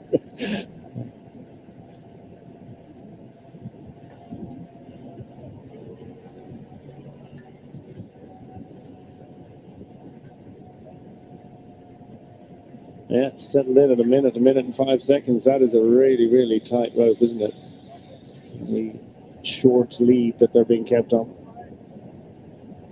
It's just the conditions. You know, you can roll on these roads at great surfaces. You can roll on these roads at, you know, almost 50 k's an hour quite easily. So they are really, the peloton are really kind of pushing the breakaway. But the breakaway, if they ease off, they have to ask the question, will the peloton ease off? And if they have tried, then not. And then Ondo was backed out the breakaway because we had the conversation there with Mark Stewart. We're all going to get caught. At this stage, there's no point. We've already seen the fact that Romelli dropped out the breakaway. It's not going to be successful for the breakaway. It's just a case of being in the breakaway, a bit of TV time, and not everybody wants that. There's a job for Ron Doyle to do. They've got a couple of riders that are, you know, quite capable of getting up there in the fight for maybe the potential stage win. They've got Nordhagen down there in 9th place at 1:33. They get Damon Grat at 2:44. Ben Tulip, who might feel better in this climb. So they've got 3 decent climbers, as well as Stephen Kreuzwick and Wilco Kelderman. He's at 2:05. So I think when you look at the riders they've got on the team, then there's a couple of riders that are there to support their climbers, because I think they've got a team of 5 climbers and two rouleurs. And the 2 rouleurs is Owen Doyle and, of course, Petro Matteo. He's had an interesting career, hasn't he, Owen Doyle, with the Team Sky lineup, who's sort of national squad almost for quite a long while. Team Sky, Team Ineos, and then making the step across to EF Education Easy Post in 2022. 4 years with them, and then moved across to Visma Lisa Bike on a 2-year deal at the beginning of this season. Interesting option and an interesting decision for both team and rider. Hugely experienced rider, 32-year-old from Cardiff. Meanwhile, Jonathan Milan, pretty content about things. 2 stage wins this week, but clearly needs a little bit of assistance from the team car.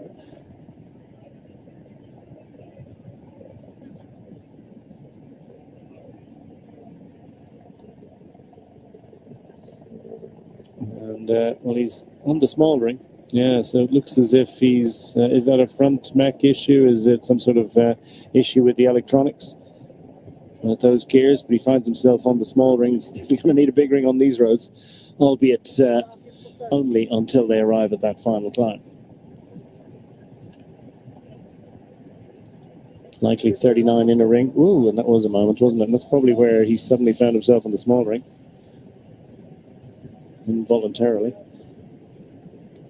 A bit of a crunching moment. We're going to see a full bike change here for Jonathan Milan. I suspect yes.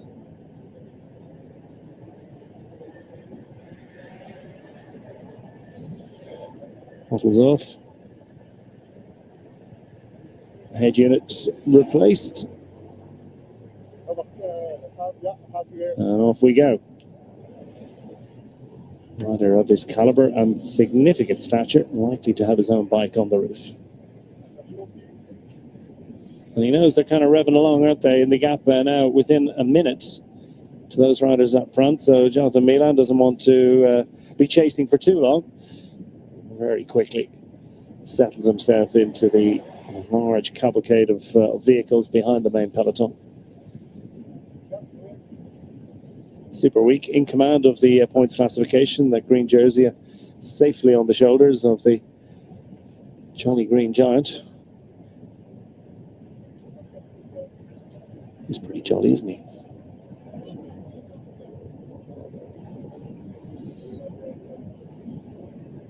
No issue accessing the big ring on this one. He's got a 10-point advantage in the points classification over Sylvain Dillier. Dillier might go in the break tomorrow, but then Jonathan Milan likely to score again when they come to the finish line. Well, not definite. And then, of course, Isac del Toro could potentially score a 20. He's the best placed of the GC contenders, in third place in that points classification. Antonio Tiberi, 32 points. They're laser focused, of course, on the battle for red. Green would just be sort of an added bonus, something that would come with it automatically by dint of their performances on the mountain. But we could have a situation where Jonathan Milan has to perform tomorrow in the sprint simply to take that green jersey. Again, he will just 100% focus on the battle for stage honours and hope that the green jersey comes as a byproduct of that. Right. I think we're going to have to take bets here. Who's going to be the next rider that decides that drop out of the break? Yeah, it's not happening. Can't do 51 seconds. Well, he's the one that's the most chatty, that's for sure. Yeah, and he's the one that got the first signal from Wayne Duell that this was a futile exercise. It was a folly, and maybe the saving a little bit of energy and redistributing that towards a climber later on might be of greater value. Oh. It broke. Yeah. You just grabbed it as you do, and there's no weight in it. It's just a strap. And I've seen it happen once. I've seen it happen quite a few times in the past, because sometimes it snaps, and only one side snaps, and then it swings in towards your wheel. But not to grab that. We're going to see it again, hopefully. Not to grab a Mizette, and then all of a sudden the whole bottom just disappears, doesn't come with you. It's not often you see that. They have thousands of those bags, and they are relatively flimsy, aren't they? And they are put under enormous pressure. To carry two bottles and some of the other kind of gels and things like that. Most of them do, but that one was just both handles just snapped. I still think they need team motorbikes with full, kitted out with all of the nutritional requirements for their riders. I think, rather than having cars and Swan Years having a motorbike to do that, but then you're talking about 21 bikes, and then bikes will be everywhere. It starts to get a little bit messy. They're trying to cut down on the bikes, aren't they? Well, if you cut it down to one team car and then one motorcycle, then you've got the same number of vehicles. What happens if you got riders in the breakaway? The bike up there. You can put bicycles on motorcycles as well. It's just a narrower vehicle as well. It's just easier to route them through. I often think that the cars are... If budget was no object and you were sponsored by a car manufacturer, I'd get to design an actual motor vehicle that was specifically bespoke, designed for delivery of all the needs of racing cyclists. I'd put the driver in the front and the middle. I'd put the team director and mechanic behind, almost in an arrow formation. I'd put the bikes on a rack on the roof that they could rotate around. When you got the race number, you could access them quickly, even before the car had come to a halt. You'd sliding doors rather than doors swinging out. So all sorts of changes you could. It would be an enormous resource for a thing like that. But I think there's a rethink is needed in a lot of the usual methods of delivery and support of the riders in our sport. Just need a designer and a few million euro. Yeah. Got the designer in you. You just need the technical car manufacturer to back you. Yeah. So that was your pitch. Like Ineos Grenadiers, maybe they could they have an actual car manufacturer as their supporter, their sponsor, or not.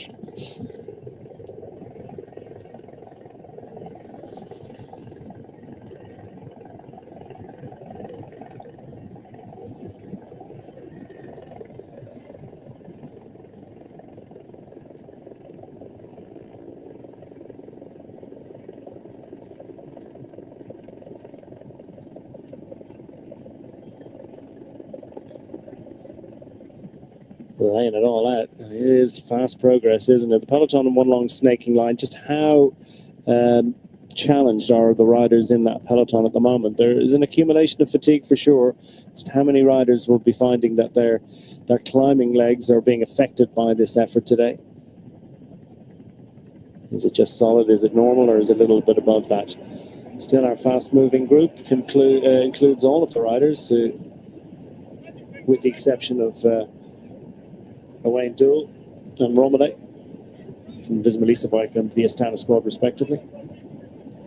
Isac trying to keep Gafuri motivated here. I think he's perhaps the most challenged. He's got maybe the least watts on a flat road.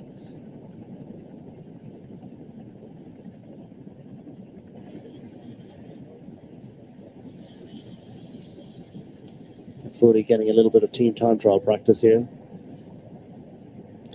Jonathan Milan's in, grabbed a bag on the way up, so got sort of made something of that, made a virtue of a necessity.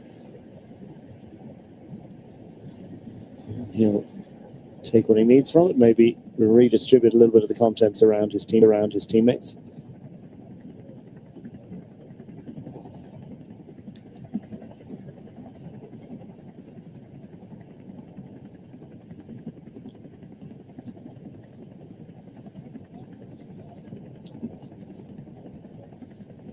So we're about just under 7 kilometres from the halfway point at this stage. It certainly has ticked along pretty quickly. Two teams invested in the chase. And you'd have to say they're doing a really, really solid job.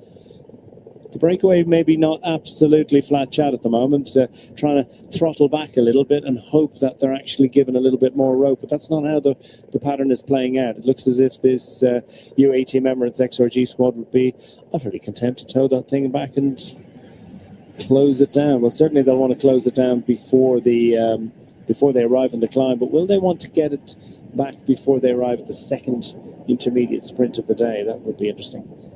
I don't think Hope is listening to them, because I don't think they've got any hope whatsoever. They're just holding them really a tight leash.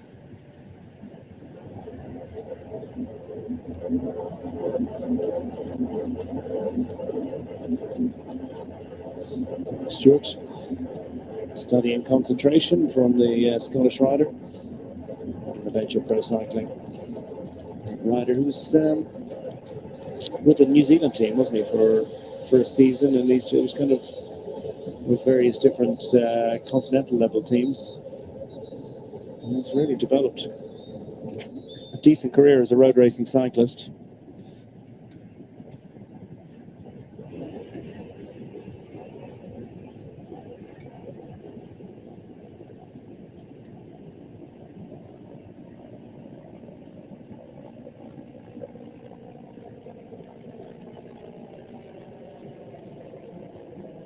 Right turn here.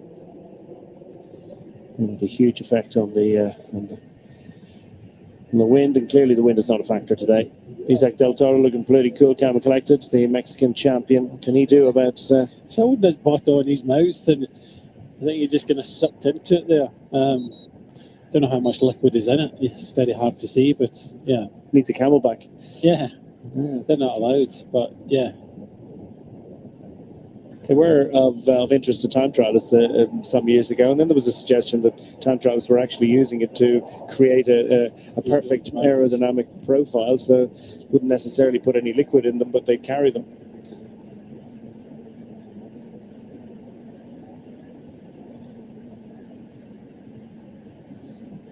And Peter Oxenberg.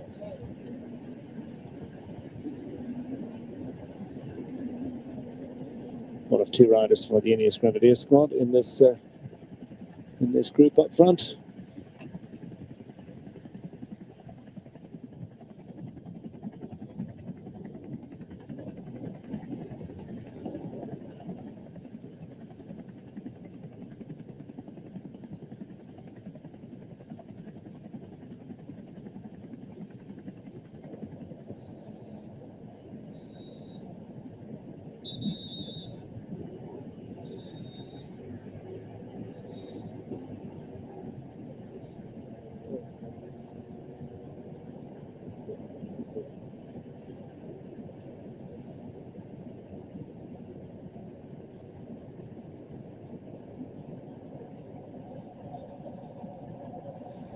Live on board back in the main peloton with the Ineos Grenadier squad, content with the composition of that break. They're certainly not involved in doing any chasing.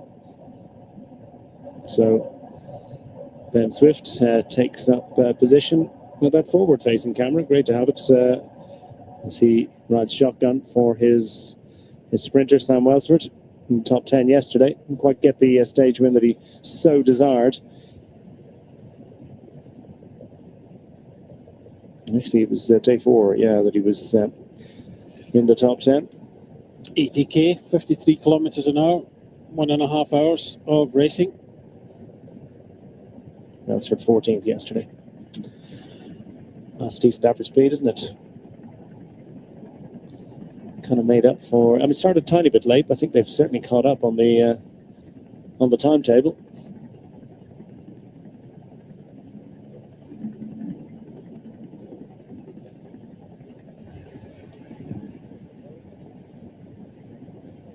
The Modern Adventure Pro Cycling Team represented up front and rolling along in the wheels at the back of the peloton. It's kind of his favourite spot, isn't it? Riley Pickrell. Nice 8th place finish on day 4 for the American sprinter.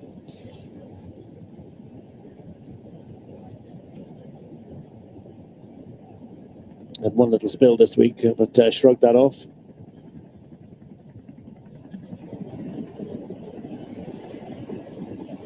Cap re-establish itself as Josh Tarling ensures that he stays as cool as he possibly can, and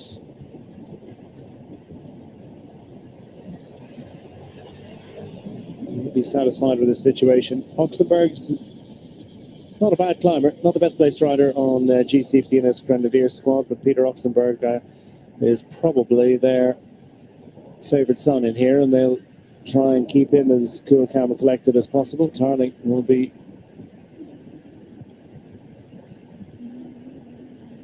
supporting the young Danish rider. Tarling himself, of course, knows the climb. He's been sort of 21st. He was well up, wasn't he, in overall general classification going into the climb a few years ago, and he had a go just to see how long he could last, and I believe 21st was his position in that particular effort. So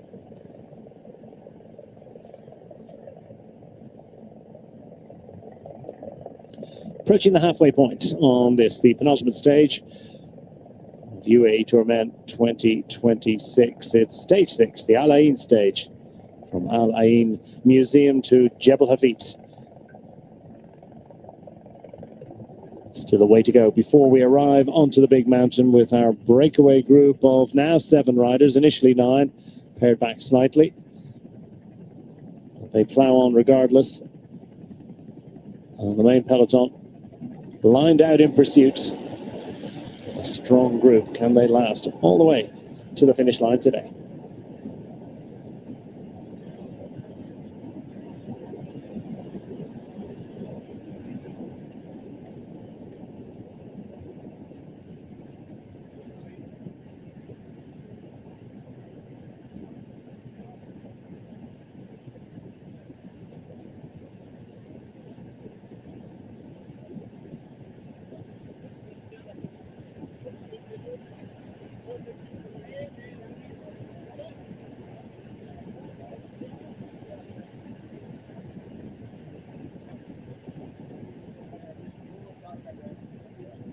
Conversation there from sports director of Decathlon there, Tiberi. I think it went through a few of the riders' minds in the breakaway. The opportunity to possibly just drop back, nothing to gain. Well, so far it looks like slim pickings for anything at all.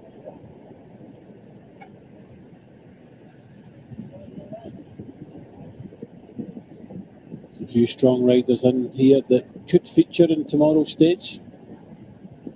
Although on paper it does look as if it would be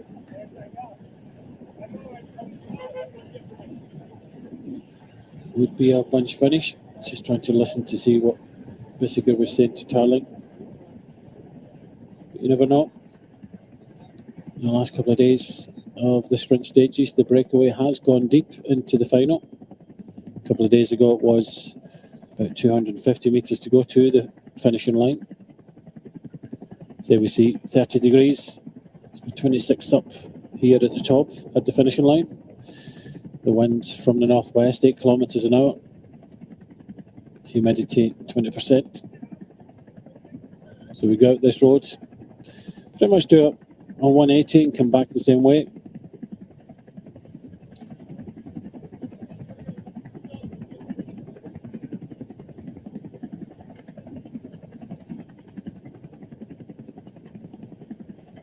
And I think for the first time we are starting to see Barry victorious. Just put a rider in the chase.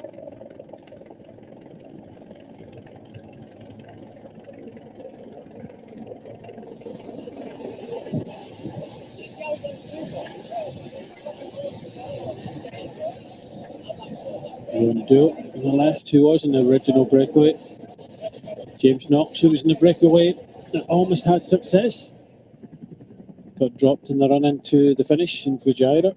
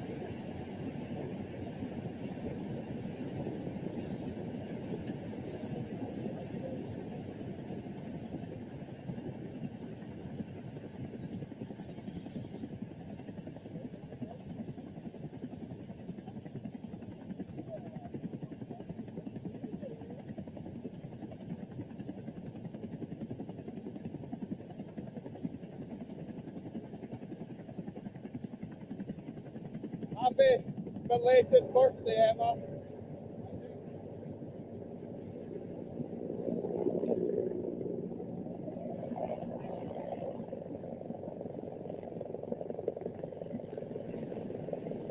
Happy belated birthday, Emma.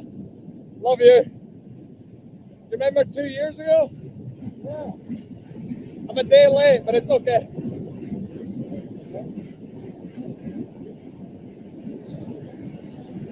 Day late, but he finally got in the break and finally was able to send that message. Mark Stewart always enjoys his visits to the breakaways in UAE Tour men.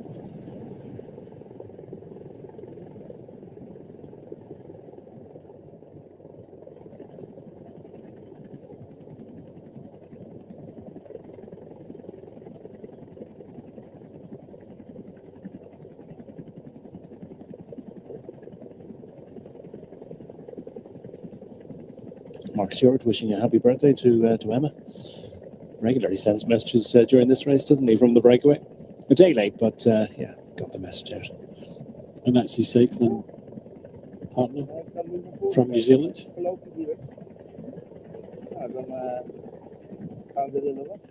So every day we get given our lunch by the hotel.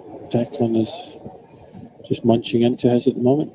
And I'm going to have to ask him what is in his wrap. And he'll be able to tell us once he's finished. Because I'm not touching mine until he gives me the okay. To 42 seconds. 80 kilometres to go to the finish.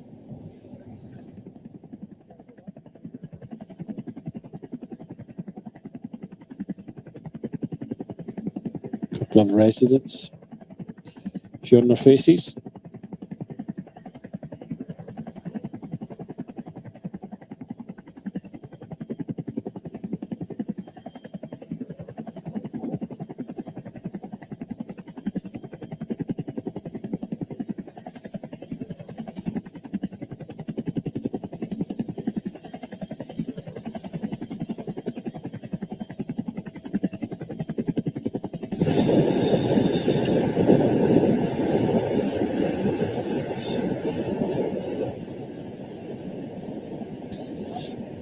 So for the moment, all 7 riders staying together. Stefan Bissiger of Decathlon, Axel Huns and Johan Jacobs of Groupama, Josh Tarling and Oxenberg of Ineos Grenadiers, Mark Stewart of Modern Adventure Cycling Team, the new American team, Gafuri of Picnic posting out. He did have Owen Doyle and Alessandro Romelli for company, but they dropped back. So plenty of conversation still happening. Plenty of communication from the radio. Again, the questions will be asked. What are we doing here?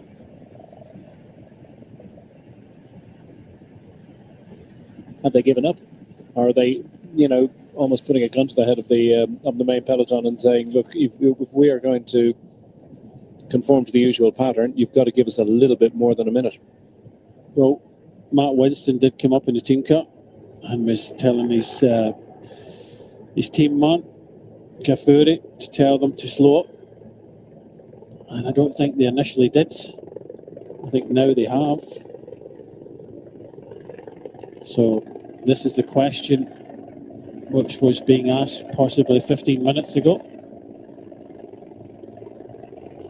to the group in front have slowed up and has asked the question of the peloton. And it does look as if possibly just slowing ever so slightly.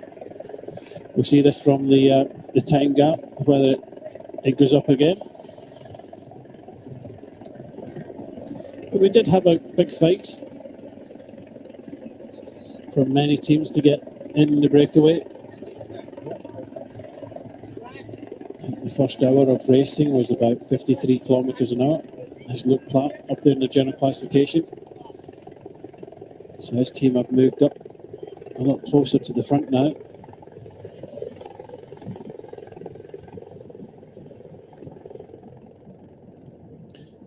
So as we can see visibly, all the riders in the front here have eased. So a bit of communication for Josh Tarling there from the team radio. Of course, at this stage, because the gap is at 50 seconds under a minute, they only get the neutral service car. So the bar service isn't as good as having your own.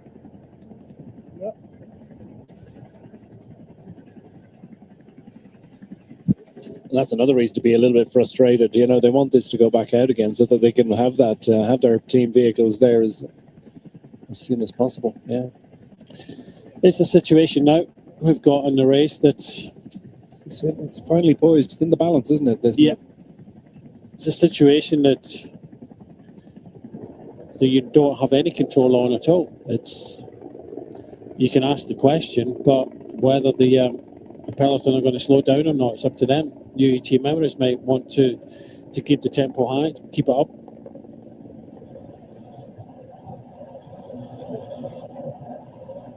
We keep on hearing modern cycling. There's not always the respect between teams and the situations now.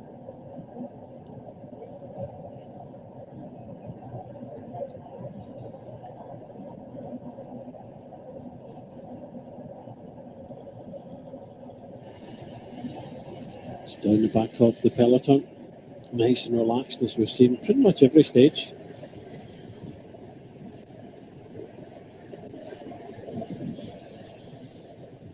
Riley Pickrell for the first time, not on the back.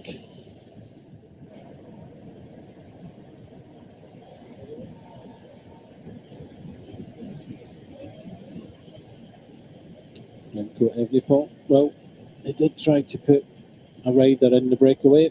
Cam Thornley almost got there. And he'll be thanking it he probably didn't, because it was a big effort for nothing. James Knox just coming up for a little chat.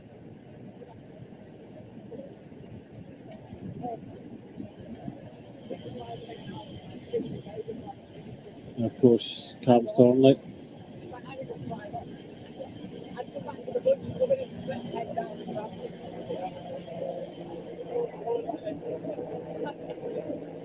I think just James Knox talking about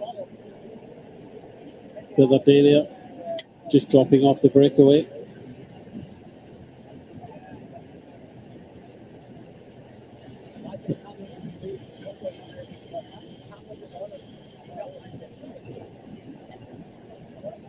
Yeah, Cam Thornley, the rider on the right, number 7. He's kind of new kid on the block from the Borders Peebles in Scotland, just south of Edinburgh. An exciting talent. Yeah, he showed well in the Tour of Britain a couple of years ago, and some of the under 23 races. He got snapped up by Red Bull. Strong rider. Talking to James Knox, you have to say he's been round a little bit now. Very experienced, yeah. James Knox knows this climb that they're heading to today very well indeed. And of course, he was on it back in 2020, 14th up the hill. He was 8th to the top of the hill back in 2019. Different days from then, of course, as part of the Soudal Quick Step lineup and looking to explore his own opportunities as a climbing talent. Different agenda for him these days. Now with Picnic Post and L Squad, and was in the break a couple of days ago and found it quite a demanding prospect, has to be said. Hilly old day that was. And this one is absolutely pan flat, apart from that big looming giant in the distance. And they're never that far from it, in actual fact. And for much of the day, if they turn around or glance to the right or left, they will actually see Jebel Hafid stretching up into the sky. And it was a great trip, and it's one that was replicated every year that we come here, that we drive to the climb in the evening time, and they have extraordinary, it's lit all the way, the street lighting the whole way to the top of the mountain. Amazing ribbon of tarmac. And you can see the hairpins left and right lit and described by the street lights. Catania. Now these days,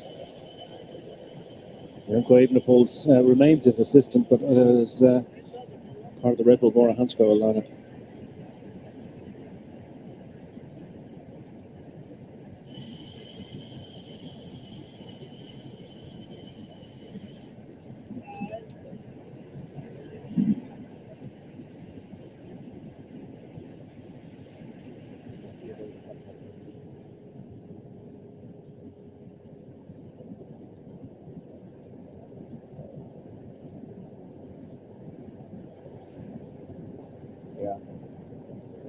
Look at that. It's the first time we've seen the mercury indicating to us that it is north of 30 degrees this week. It's been sort of hovering around that, hasn't it? 28, 29.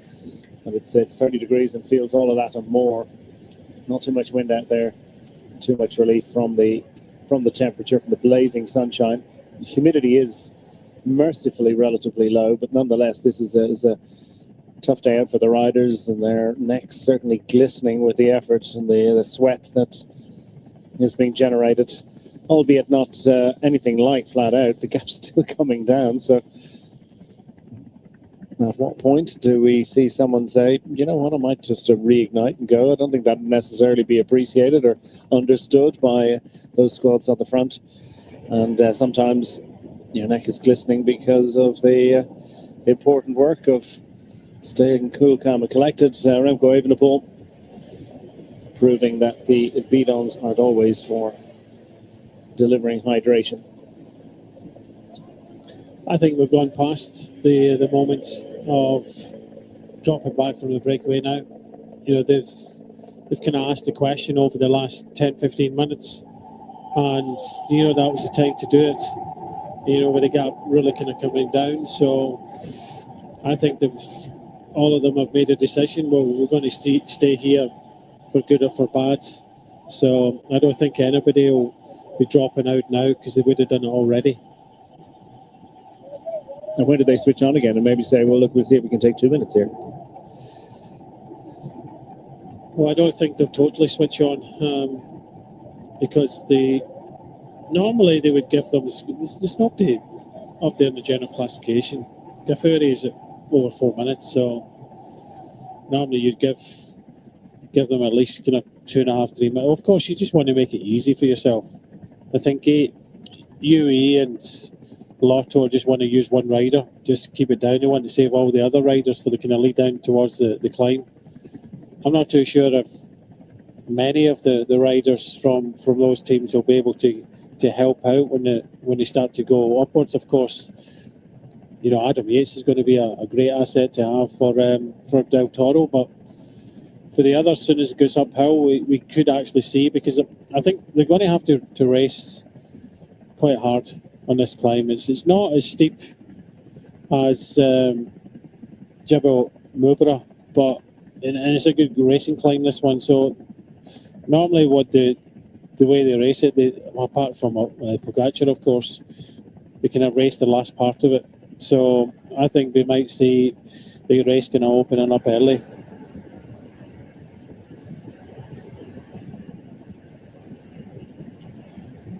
Well, 4/5 almost of this particular, the total number of kilometres of this event have been completed at this point. Luxembourg, the jelly's in. Not sure if that's Haribo, but going down nicely.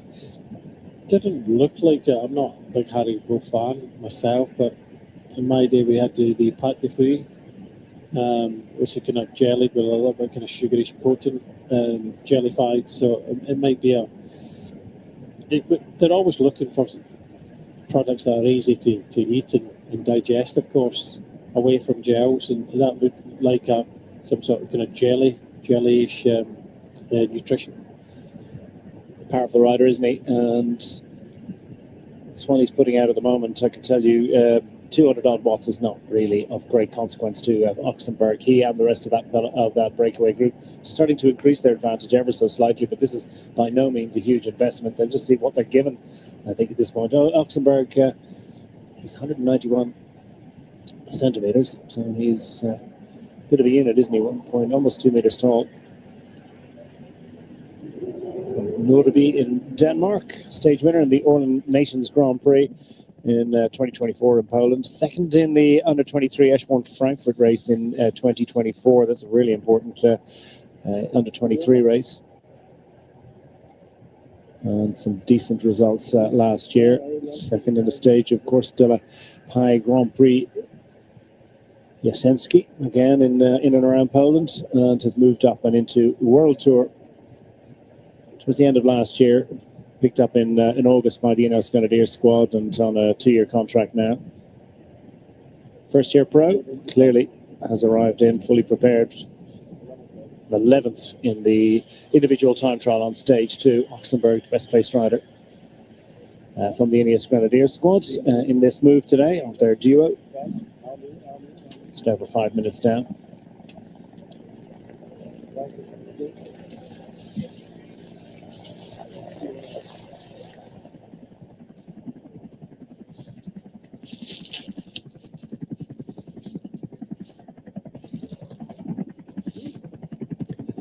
Well, the Lotto Intermarché squad, new sponsor on board this year.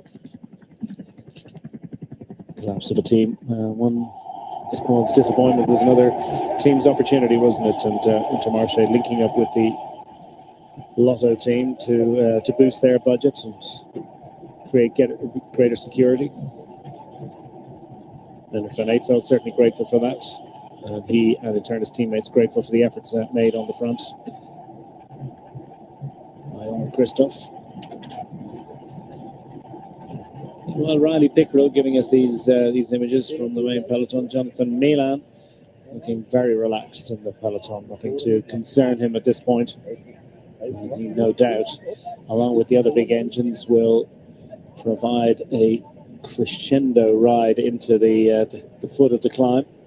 So the man just immediately to his left, the Canadian national road race champion Derek G. West making the trip across.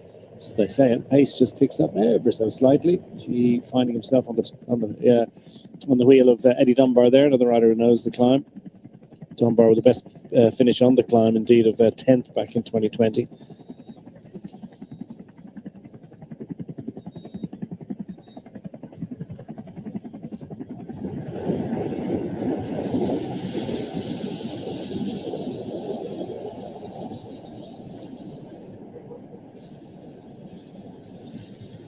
So, we're heading back from whence we came. It's an opportunity now for the first time in a long time for the breakaway riders to see the main peloton. Will they chance a little bit of a wave? And it won't be long before they see them because, well, they have been given more than a minute and has stretched out again. I think they want to look as if they're not riding at all here, just for a moment, just ease off completely. I think it's gone back now to the point where both groups are starting to ride just with a little more vigour.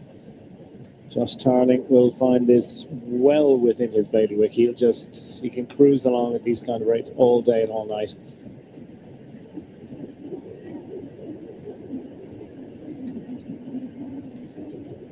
Weds is in there as well, one of two riders for the Groupama FDJ United squad. 8th in yesterday's stage, and also the first of the sprinters to go and launch. In the stage 1 sprint finale.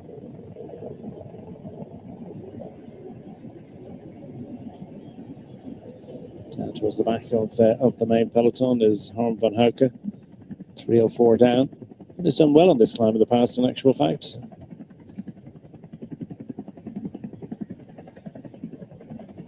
Fifth to the top of Jebel Hafid back in 21.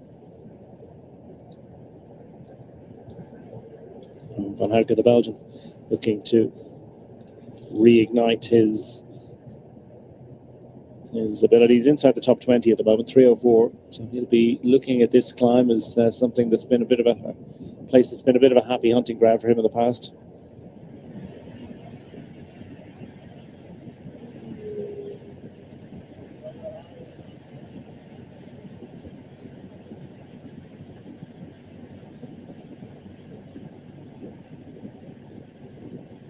Josh Tarling will have targeted the stage 2 time trial. Super important appointment for him. Frustrating a little bit from his point of view not to be able to unseat the world time trial champion Remco Evenpol. Just missing out by 6 seconds. Next to choose between them, but he knows where he's at. And he reckons he got it all out in the day. Stefan Bissiger staying in communication with Johan Jacobs. Every little bit of information you get about the advantage. Now they're back out to a minute. Will the main peloton say, well, we'll try and stem the flow there a little bit, and we'll just turn the tap again to close it? There's the profile. And the temperature's set to remain north of 30 through to the end today. Well, at least through until the foot of the climb. It will be pared back a little bit, but still a fairly searing 24 degrees Celsius up here over 1,000 meters at Jebel Hafid. It's going to be a very hot climb indeed.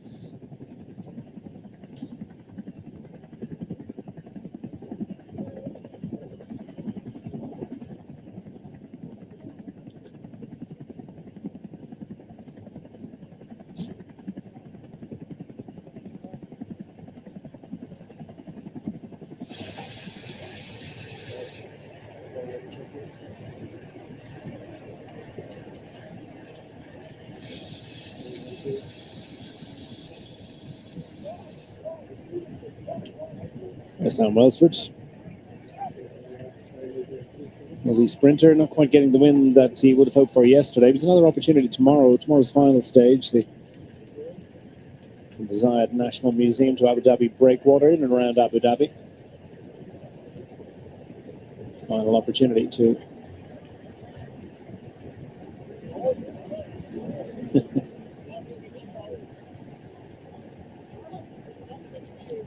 Certainly was fast. First couple of hours covering well over 50 kilometers per hour. Pace easing ever so slightly in the last little while, maybe stepping up a little bit just in the last few minutes. Manageable, but arduous nonetheless. It's no cafe ride for these riders. I think that's cracking a whip means that they're riding at some pace, and I think we've seen this already. The riders in the breakaway not overly happy with the speed here, but you have to say that they're just doing the job. 2 hours of racing, average speed still 51.6 kilometers an hour, so that's significant. Even though it's on flat roads, just try riding. Even if it's flat road at tailwind, try riding at that speed. You feel you're going with pace, and so to average over 50 kilometers an hour, that's getting close to kind of time trial pace for a lot of these riders. So you do kind of feel it, and you can see that. Of course, Sam Welsford was cracking the whip to show us that that they're not hanging around at all when they aren't. So the race to the university is certainly the quickest one, and yesterday's stage just a smidgen slower than last year's edition, 48.7 kilometers an hour for 182 kilometers of racing yesterday. It's not going to be that fast today. Nonetheless, it's going to be a fast one. After 2 hours, the speed pared back to 51.6 kilometers per hour. They've got a final finishing climb. It's going to pull that back, but we're potentially north of 45 kilometers an hour today, unless things really do slow up. But we did see that, of course, within the last sort of 15-20 minutes. They were throttled back significantly. We're back up, I think, at speeds approaching 50k an hour. Doesn't look it, but I think when you see the riders in profile, you get a better sense of just how fast they're traveling. The desert landscape revealing how much of an influence the winds can have on shaping those dunes. Look at that. We're north of 50k an hour now, I think.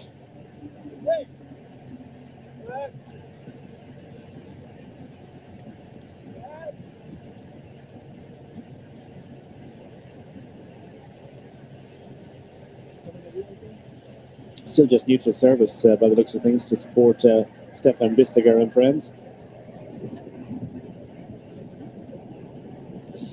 This is team car. Come on, hurry up. Oh, yeah. Sitting and waiting. Saw his team car and wants it up. You can see a difference now on the way out. They were riding pretty much side by side in a chain gang motion. Now they're kind of strung out a little bit, going with a little bit more pace, going up to 1 minute 20 seconds, but it's still not going to be enough. Even if they push it up to 3 minutes, it's not going to be enough.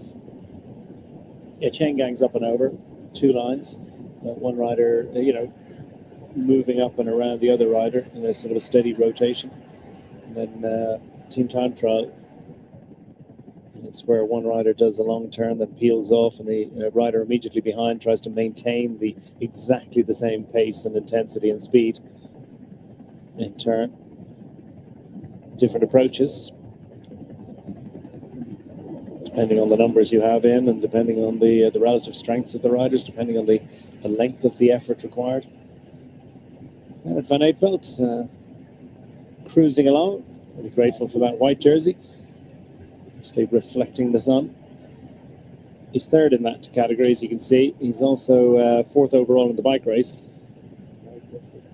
And it's 2 years since his day of days. He will be thinking about that today. He knows the climb. He's taken a stage victory here before, and with it the overall race victory.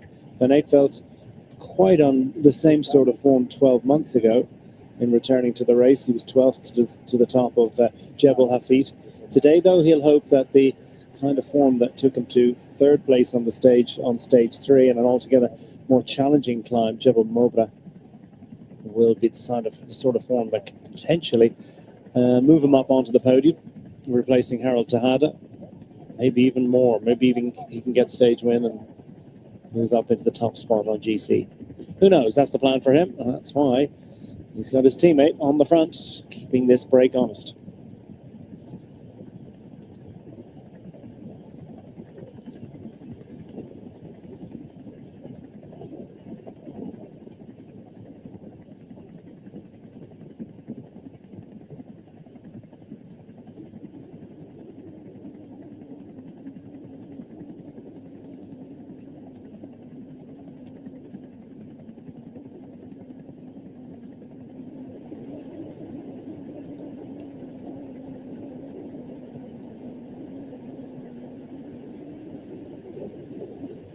Jacobs, camera bike, 28-year-old Swiss, the Groupama FDJ United squad. Second in Paris-Roubaix Espoirs, the under-23 Paris-Roubaix some years ago. Still waiting for a breakthrough professional success, but wouldn't bet that happening today. Nonetheless, putting himself into prime position.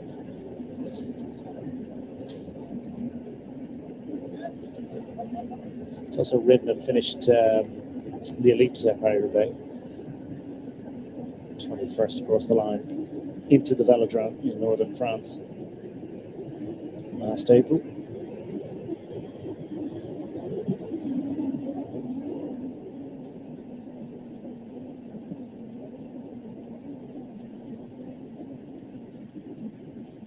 It's 500 watts. Holy moly. They're definitely stepping on it here to try and open up as much of an advantage as you can possibly do. 500 watts. Goodness me. And he looks like he could do it till Tuesday.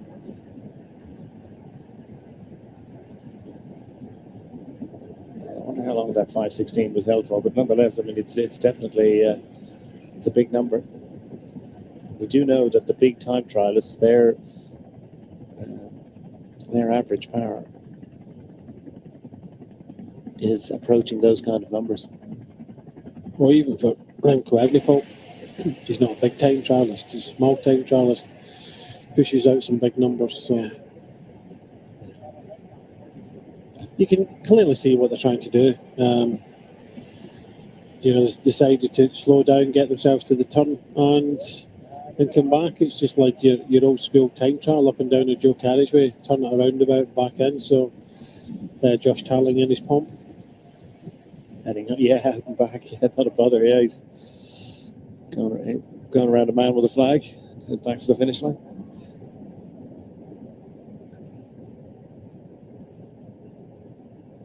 This time was a roundabout. This time they will make a right turn, of course, to head for the big mountain to come through the heat haze. Bissiger, 40. I'm not sure what that's about.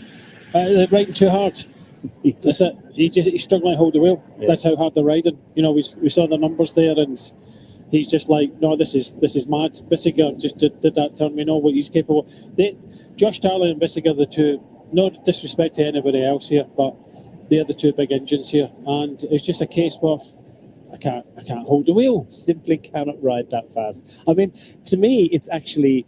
I mean, Gafuri won't appreciate it, but I think it's great to see because you could be lulled into thinking it's the most normal thing in the world to do 500 watts and to just cruise along on a flat road. But Gafuri's having to make a huge effort just to sit in the wheel here. And I think Stewart's not much enjoying it either.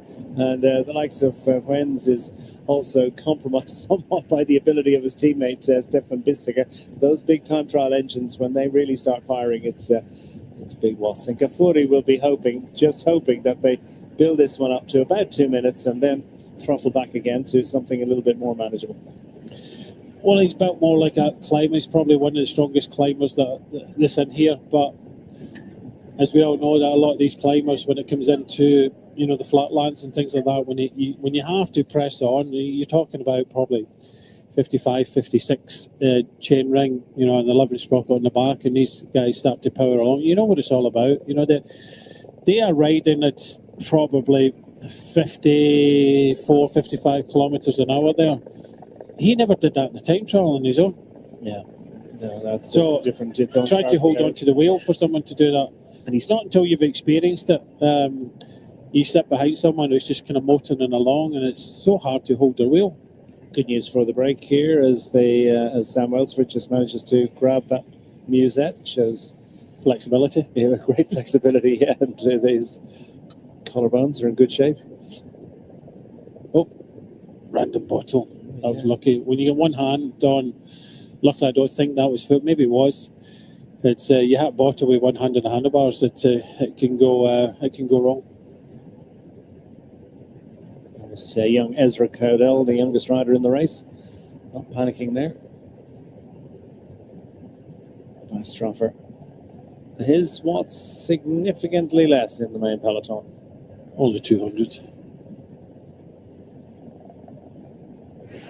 This is Cowdell that we saw just riding over that bottle rather than around it. So it just rolled under his wheels. A little bit more urgency about this this peloton after that feed zone. Riders just riding back into the line. Gap up to 139. It's the biggest they've had all day.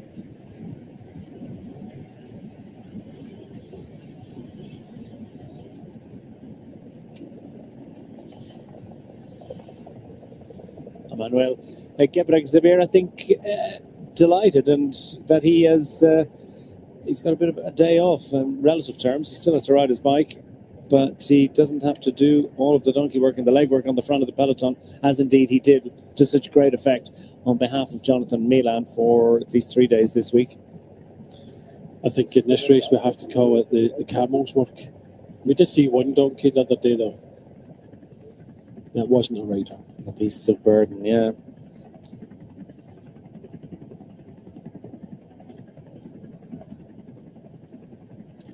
Got about 40k now to the foot of the, well, at least Greenwood Bazaar, where we'll distribute sprint points. Then just a few kilometres of a rising road before we go through the gates and onto the climb of Jebel Hafid proper. Antonio Tiberi, deep in conversation, relaxed at the moment. I reckon about 7 significant key obvious breakaway efforts. Might have been 1 or 2 other ones before we got that that proper break winching clear, and it took 34 kilometres.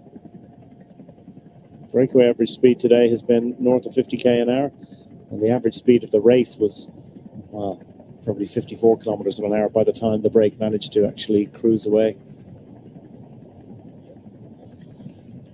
67, 68 kilometres an hour on a flat road.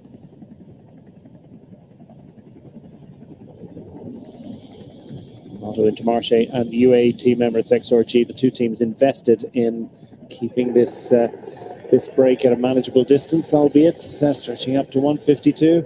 Gafuri will be hoping that 2 minutes is the objective. Is there going to be a key objective here for this breakaway group? Are they thinking we want to get a specific number? No, just what they can get, really. They're going to need everything that they can get in the last, 40 kilometres before the final climb. They're not going to get enough time to use it. Unfortunately, they're going to need 5 minutes, and they're not going to get 5 minutes. So, unfortunately for the riders here, it's a height to nothing, but you always have to try and kind of believe, and there's an opportunity there for any of these riders to drop back where the others dropped back. They didn't drop back, and they kept themselves in front, and they want to go the whole way.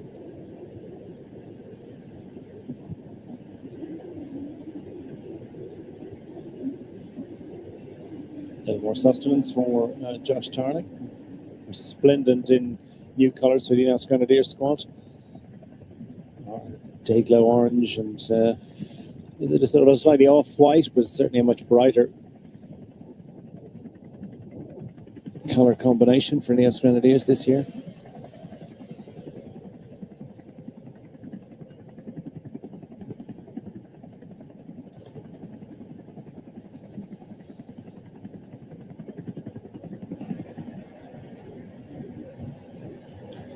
Glenn van Wilder knows this climb as well. Been here before.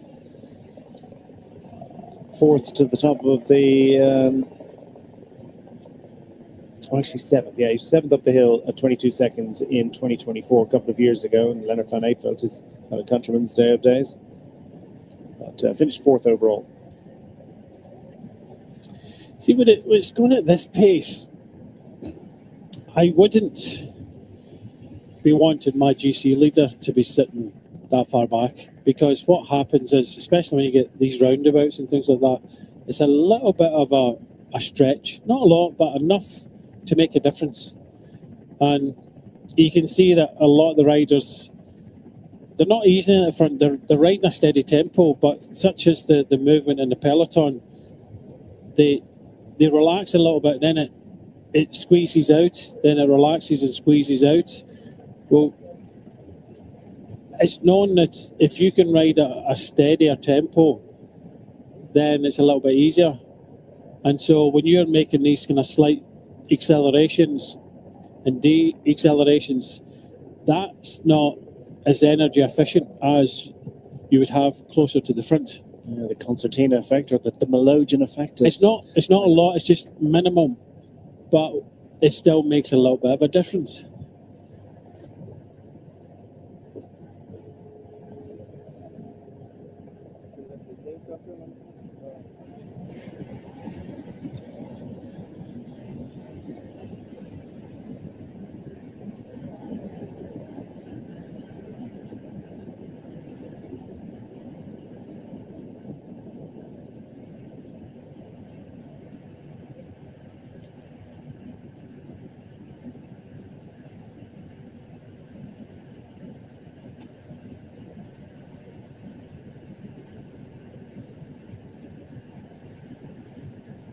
Down to the final 50 kilometres of this 168 kilometre bike race, and it is absolute torture. It's purgatory out there for Conforti. He's managed to find his way into the break of the day, and he is really suffering to match the kind of effort of these riders, these big engines, most specifically Josh Tarling here on camera, the former European time trial champion. And finished second in the test on day 2 here.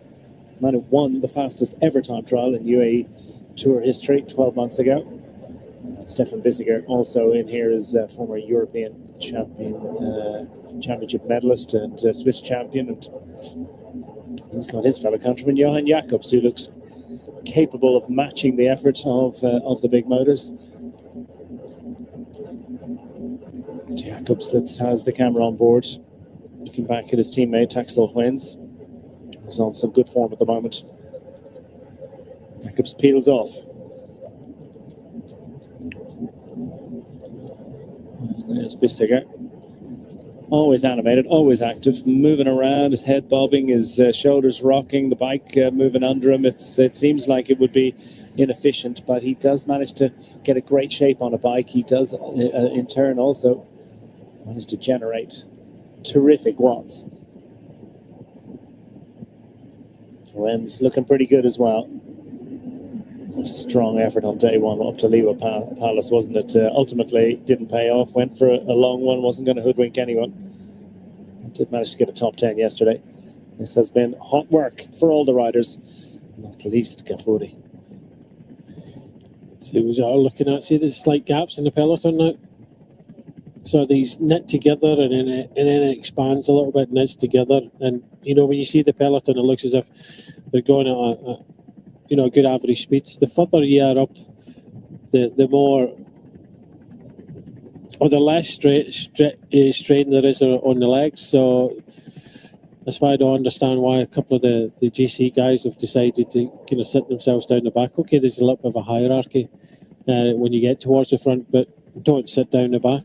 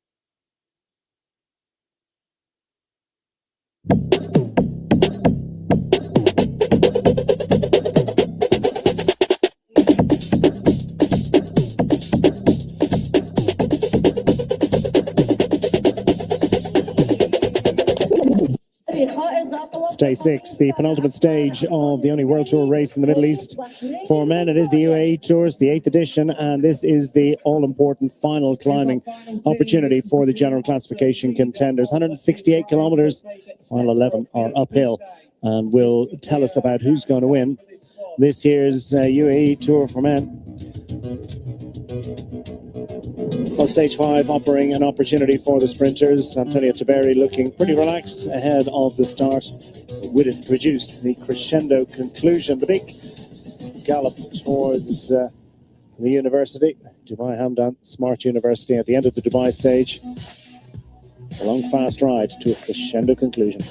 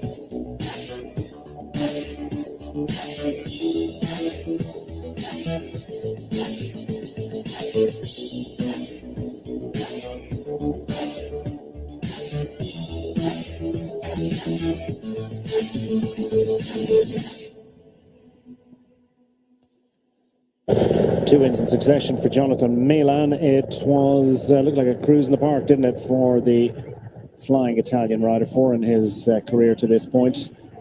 Nothing but a cruise. Hectic conclusion of the day. Let's pick up the onboard images.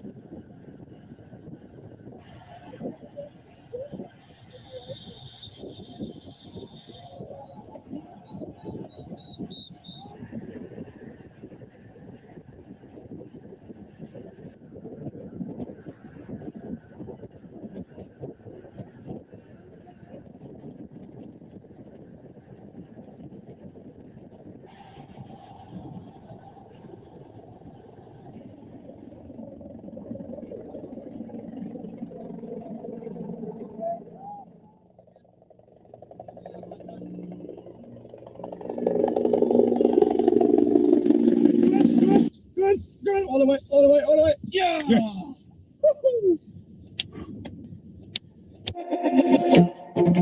Thank you, Raston. Friends, absolutely delighted with that as well. They might be. And after Jonathan Milan's fourth career stage success in the UAE Tour, he'll hand it over to the GC contenders today. He'll hope that Derek G can represent for the team in what is a stage of two very distinct parts. It's a long, long ride in the desert with no discernible upward trajectory until such point as we arrive into that final 10.8 kilometers and the ramp up to Jebel Hafid. This is a long section of well north of 30 kilometers, or potentially it could be a bit of crosswind action, but the wind's not blowing to an extent that's likely to create splits. It's a hot day. By the time we make that right turn through Green Mubazar for the second of our two intermediate sprints and onto Jebel Hafid proper, 6.6% on average over the final 10.8 kilometers. We've got several of those kilometers at over 8%. It is a tough, tough climb. That's what's in prospect. Two intermediate sprints along the way with bonus seconds for general classification. Will that be for the break or for the main peloton GC contenders? Stage 6 of 7. Blazing hot sunshine down and over the Al Ain Museum, our starting point today. The oldest museum in the United Arab Emirates, date back to 1969.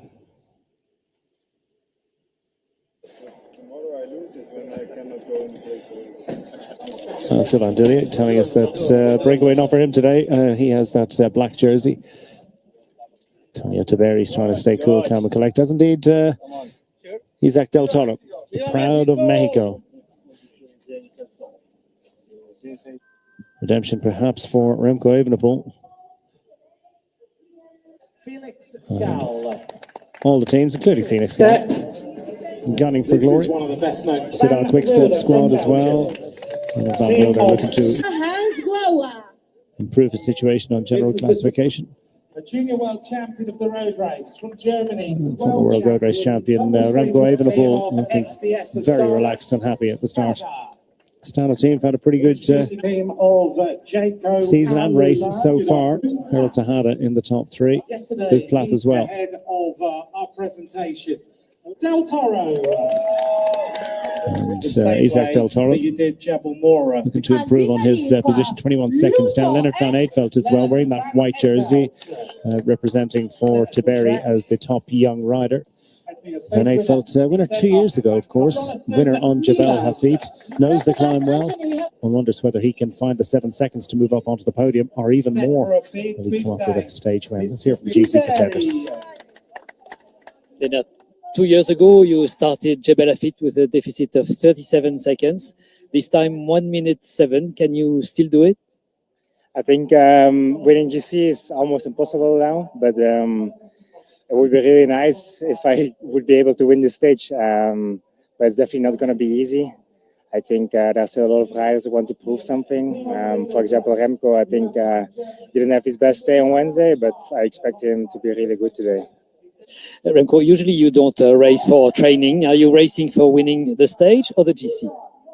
No, I think in first place today I will try to go for the stage. Then next to that we will see what it brings for GC. To win it will be difficult, but of course I can still move up. So I hope for some better feelings and a better day than on Wednesday, and then we will see what comes out.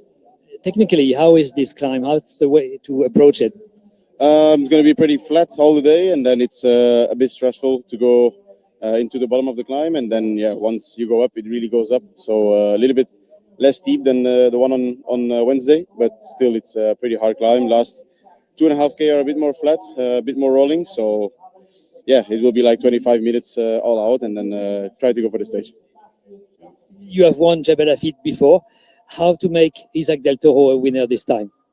Yeah, it's going to be tricky. I mean, it's obviously a climb I know well.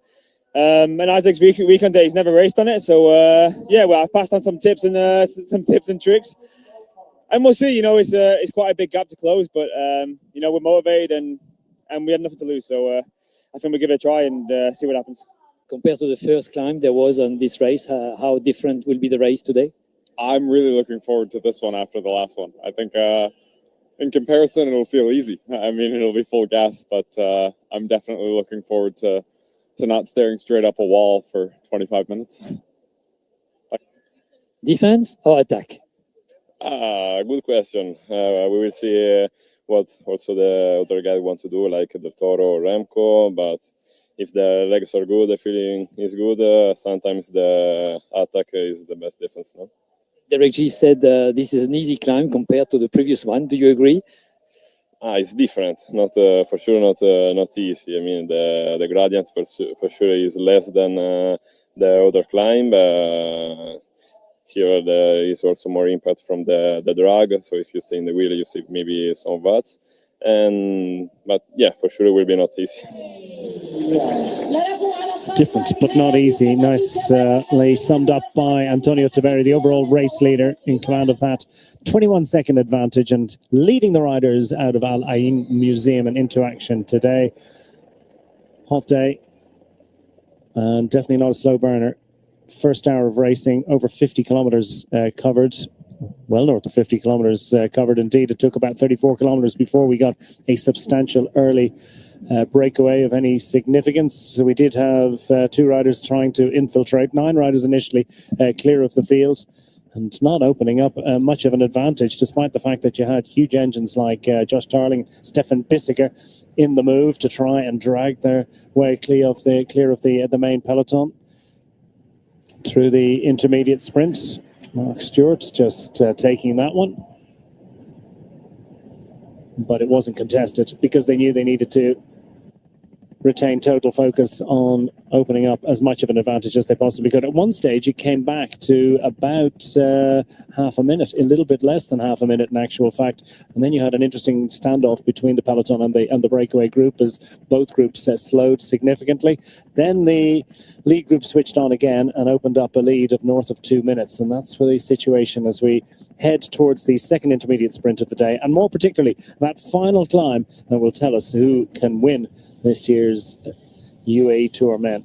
The imposing figure of Josh Tarling at the back of this group is one of 2 Ineos Grenadiers in the move. He's got Peter Oxenberg, his young teammate, second in line. Johan Jacobs is at the front of what's now a 7-rider group. A couple of riders deciding that it really wasn't going to work out, and they saw no value in staying up front. So Alessandro Romele, initially for the XDS Astana squad, dropped out of the move. Then Owain Doull, the Jumbo-Visma rider, the Visma Lisa bike rider, thought that there's no value in this, so I'll just head back into the welcome embrace the main peloton.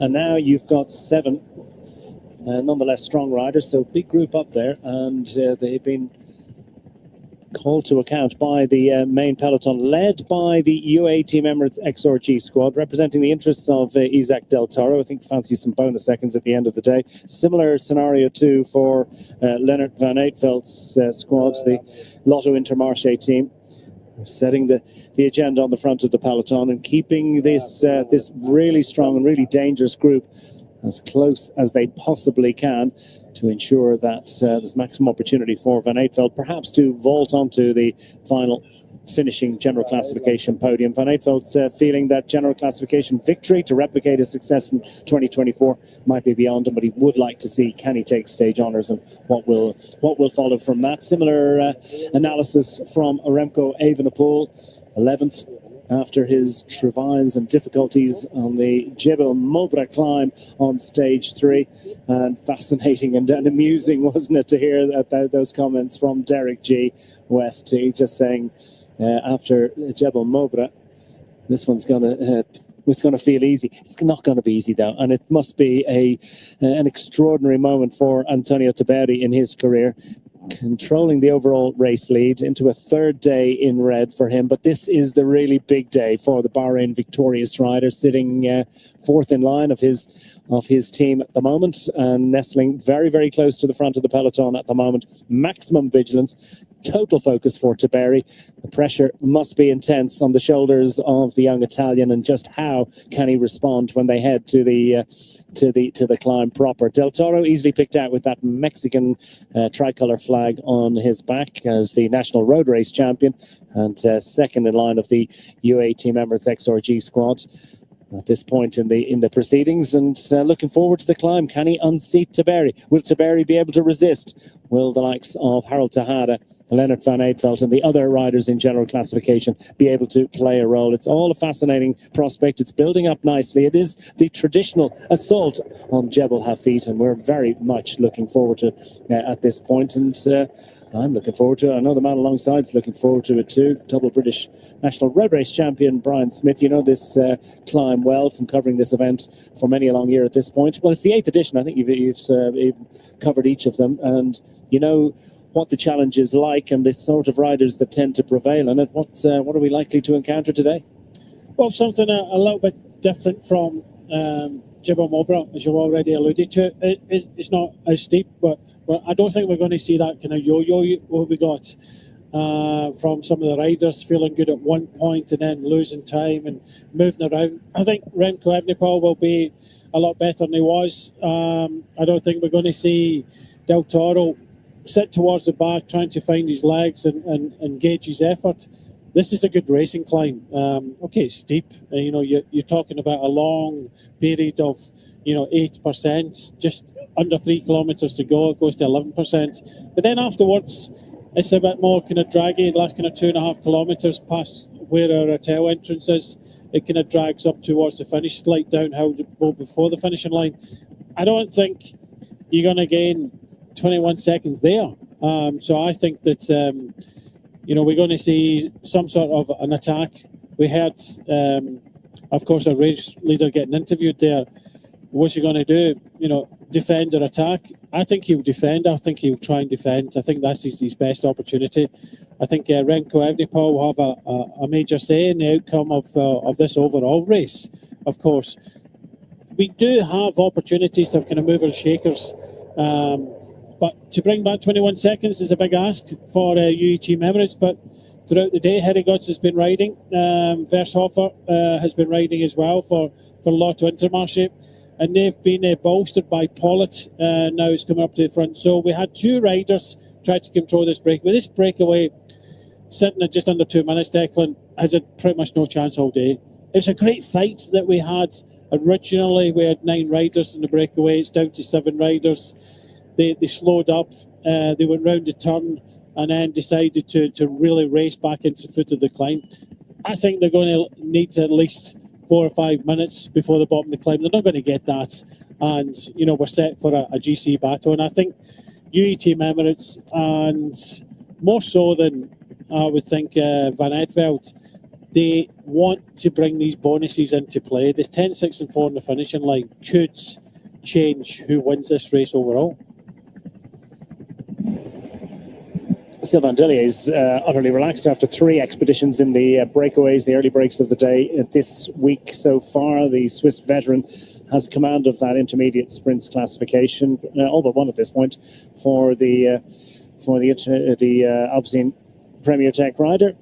And he will head to the podium later on to collect that one, but he is just cruising along on the wheels at the moment. It's not that comfortable, I think, for the riders in there. You could really get a sense looking at the front of the peloton as well, the familiar toothed grimace from Isac Crash. Yeah, riders down, I suspect, just in front of that one, and they're threading their way through it. There's Melissa Bike and Wilco Kelderman, who knows this climb. Yeah, Chris Harper, another rider, lots of experience in this race. Chris Harper looks as if he's not getting up too quickly as he's supporting his arm, and that could be a nasty one for Chris Harper. We do hope he's going to be able to jump back up a little bit quicker. Mechanical issues for Wilco Kelderman, so he's going to await assistance, and they'll need him a little bit later on for Nordhagen, I suspect. And the Groupama FDJ squad, Paleni, who was involved in the early attacks, finds himself on the deck. Let's get a look at this, and I think a sense, an indication of the level of intensity in the racing now. Yeah, it just happened halfway down the peloton. Maybe it's slightly further up and kind of hard to see from a helicopter shot, but just a slight kind of coming together. And that's all it needs. And, we saw it happening early in yesterday's stage. We had a little bit of a crash. So, yeah, I just think it's maybe a little bit of fatigue, just a slight touch of the wheels. And we see the riders dart to the right-hand side. Then kind of showed that, obviously there has been an incident. It looks as if everybody's okay. The worst person off does look as if it's the Chris Harper. Yeah, and he's up. And is he going to be able to get back in his bike? 9th and 10th place finishes on Jebel Hafid from 21 and 22. That shoulder, I think, is a little bit tested here. I'm not sure he's going to be able to jump back into action today. Doesn't look like it. Normally the rider holds his arm like that. There's something wrong. I can remember breaking my collarbone, and the doctor says, "Can you do this and can you do that?" And I went, "You must be joking." So the rider knows more than anything else, and I think at this stage you have to listen to the rider. And by the looks of things, I don't think Chris Harper will be jumping on his bike for the rest of the stage. Stage report was that we had a lot of riders off the front. Yeah, advantage peaking at kilometre 60 at 1:24. Then it came back to less than half a minute. When's showing as the winner of the first intermediate sprint of the day. I thought Mark Stewart got it, but they've got the camera, and so we'll have to accept that one. But it doesn't really matter. Good news. Oh, Chris Harper looks as if he's... maybe not. Yeah. Spoke too soon. That's a shame for the Aussie rider. With the Pinarello Q36.5 Pro Cycling team. And he's probably thinking, I wouldn't mind getting on my bike, but is there a value in taking a risk here? And yeah, only he can be the correct judge of this. Finished 4th overall in the UAE Tour in 2021. Knows the race, likes the race. Doesn't maybe like it quite as much as he did a few minutes ago. I would say no. If I was sports director, I'd say no, because he's not going to have any effect at all in the outcome of today. And if he is injured, you're going to need time to recover from that. And why not start now? Because you're going to put his body into duress for the rest of the stage and then tomorrow as well. So unfortunately, I think that that would be the best decision now. Get home and get recovered. Yeah, that would be disappointing for Chris Harbour. Not quite the best placed rider in his team. He's 26th overall. So the Jebel Mobra climb proving a little bit more challenging than he would have liked. Harm van Hoeke is going to represent for the Pinarello Q36.5 Pro Cycling team on Jebel Hafid. Eddie Dunbar also one to watch out for them.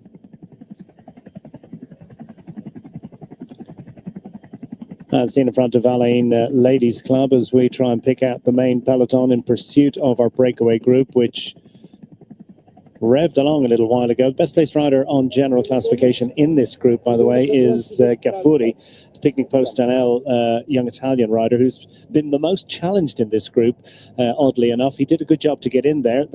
Some big engines came up and into the move, and he has struggled to maintain a position in the wheel. He's gone up and done his turn when he can, and when he hasn't been able to, he's had to just punch a few tickets at the back, and indeed he's been sprinting into the gaps at the back as the other riders rotated, and he himself and indeed his sporting director Matt Winston were of a mind to try and slow the break a little bit because they weren't being given this sort of advantage that they would have liked, partly I think because Leonard van Eetveld really wants to try and score some bonus seconds if he possibly can. Rather wearing that white jersey of leadership of the young rider competition, knows this climb, has won this race overall and believes that he can deliver today. Well, the other thing about it is he wants to get on the podium. I know we heard from him, he wants to go for the stage, but what comes with the stage is a 10-second bonus, and that will be enough.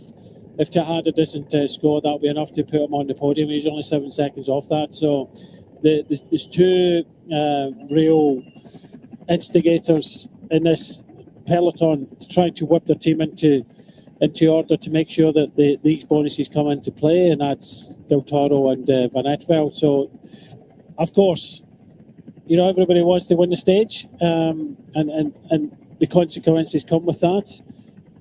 Evenpol will have a major play when it comes to this finish as well. So it's going to be a really interesting one. There will be a little bit of following, but I think as we get further up the climb, then I think it's going to suit more of a defensive ride by Tiberi. So I think we're going to see some attacks a little bit further down this climb. Jan Jacobs is the tall, powerful figure. Performs well in the classics, particularly the flat classics. Paris-Roubaix is an appointment for him as another 23, and indeed as an elite senior. And Gaffuri, higher cadence, lower power, up there to contribute. Luxembourg trying to just keep Jacobs motivated as well. Tarling just come back from the team car, I think, will just slot in behind Jacobs, and the rotations changes ever so slightly. Gaffuri, you'll see he'll have to make a bit of an effort to get back on the wheel of Tarling. I tell you what, do you necessarily want to be following Josh Tarling up the line here? I think I'd pick someone who might be ever so slightly less powerful. Mind you, provides big shelter, doesn't he? Josh Tarling's a tall rider. Look at this for intensity on the front of the main peloton as well. The Bahrain Victorious squad not engaged in helping with the chase, despite the fact that they've got the race leader. Tactically, this break kind of suits them. Yeah, of course. There's only one rider that I think can try and get up this climb, and that's the young rider from Picnic, Matteo Gaffuri. I don't think they're worried about anybody else, but even with 2 minutes, it's not going to be enough. But you can see the pressure on the front of the peloton there. Few riders now kind of peeling off. Their job is done. So it does look as if these guys are going to hit the bottom of the climb. What's the advantage going to be? I think it's going to be 2 minutes, maybe maximum 2:30, which, you know, they're going to be swept up in the first few kilometres of the stage. Mark Stewart's in there as well. You see number 97, the rider from the Modern Adventure Pro Cycling team, Scottish rider, track specialist. Once upon a time has repurposed himself as a road racer of some ability, and with the new American squad has managed to represent in the break today after a decent 11th place finish at the on the Dubai stage yesterday. Bissiger, 9th in the time trial on day 2. It's not really what he wants, but he's got big watts for the party. Oxenberg is number 62 for the Ineos Grenadiers squad. The Groupama FDJ squad, 2 riders in there. This is Johan Jacobs with Axel Huens also enjoying the experience in the breakaway today after his 8th place finish in yesterday's Dubai stage. All too easy for Josh Starley. He's in marked contrast to one or two of the other riders in this move. I don't know what that was about. Maybe trying to tell him, look, try and save a little, you know, because you're going to need it. I think for the breakaway, they've done as best a job as possible. At one stage, it was down to 40-odd seconds. The peloton weren't giving them any rope whatsoever, and, you know, riders were dropping back from the breakaway thinking it's not going to be their day, and I don't think it will. But they are going to come onto the climb with some sort of an advantage, but it's not going to be enough. As I was saying before, 4 or 5 minutes maybe would have helped them to fight out for the stage win, but not today. You know, these guys are gunning for it, and, you know, they've got it under control, which has been quite unfortunate for the breakaway. It took a while for the breakaway to go away. When it eventually went away, there was 9, now down to 7, but, you know, they have, from about 50 kilometres now, really committed to this one. It's going to be tough for them to even retain the 2 minutes into the climb, isn't it? Because we are going to see a lot of riders suddenly appear at the front, try to give their climbers the best possible positioning into the bottom of the climb. There'll be a natural escalation in pace, and able to grab a bottle from the front. Good effort. Hedegaard's back in the front for the UAE team Emirates XRG. This potential momentary reprieve for the breakaway in terms of the relentlessness of the chase. Not really. Oh, you're looking for Verstroffer. There he is. He's back on Verstroffer. He's been doing huge work, and his body language suggests that he's going to wilt any moment. But he's kind of looked like this for about 20 minutes, half an hour. So I think that's just how he presents to the world, and it's a really, really impressive piece of work, isn't it? And it's 2 of them, Verstroffer and Hedegaard, have been riding hard. They were joined by a couple of teammates. They've disappeared very, very quickly and left these 2. So I think they've got it well under control, though it doesn't look like it. You know, they are grimacing. This has not been easy at all for them. But I think they've done a terrific job. Just 2 riders, Verstroffer for Lotto, Intermarché at the front, UE Team Emirates XRGs, Hedegaard's 2 riders controlling this breakaway all day. And, you know, they're on the last legs, but, you know, they have to still commit. That's where we're going. Big old hill and the looming large in the not-so-distance. And at this point, just to remind you, our second and final intermediate sprint of the day comes with 13.9 kilometres remaining. So that's 7.5k to the second intermediate sprint. That will inevitably be hoovered up by the riders in that breakaway group, none of whom is really a threat on general classification. Gafuri from Picnic Post NL, just over 4 minutes back, probably the rider climbing with the greatest facility, although could be suggested that Oxenberg as well is on good form. He's a tall rider, got up the Jebel Mobra with greater ease and facility than many of his colleagues. So maybe they're the riders to watch out for once we get onto the climb. Huens too has looked good so far this week. Wilco Kelderman back after his crash, took a bike, didn't panic, and has made his way back into position. That's good news. There's another rider who knows the climb, 11th back in 2019, 11th as well on stage 3 in 2020. Managed to perform quite as well in the second stage. 2020 was an interesting one, wasn't it? Because there were 2 different stages that finished on Jebel Hafit. And it also was only 5 stages long. It was a couple of stages paired off it as a result of the intervention of the coronavirus, and we were all locked in our hotels, and the race ended early. Seems like a million years ago. This is a university town, seat of learning for many important senior government officials, etc. over the years.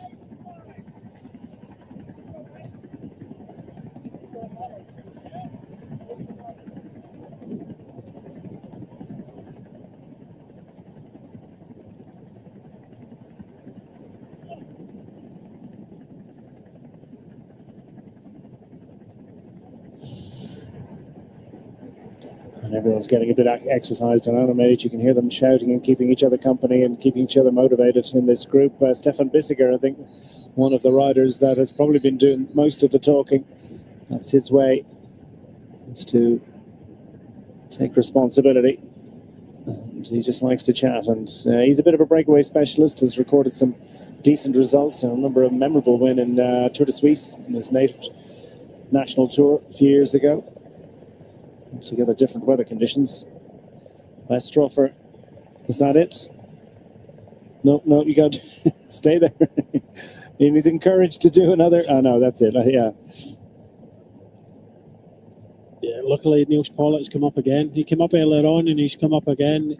They still have, I would say, maybe 5 kilometres still to go until their job's done for the day.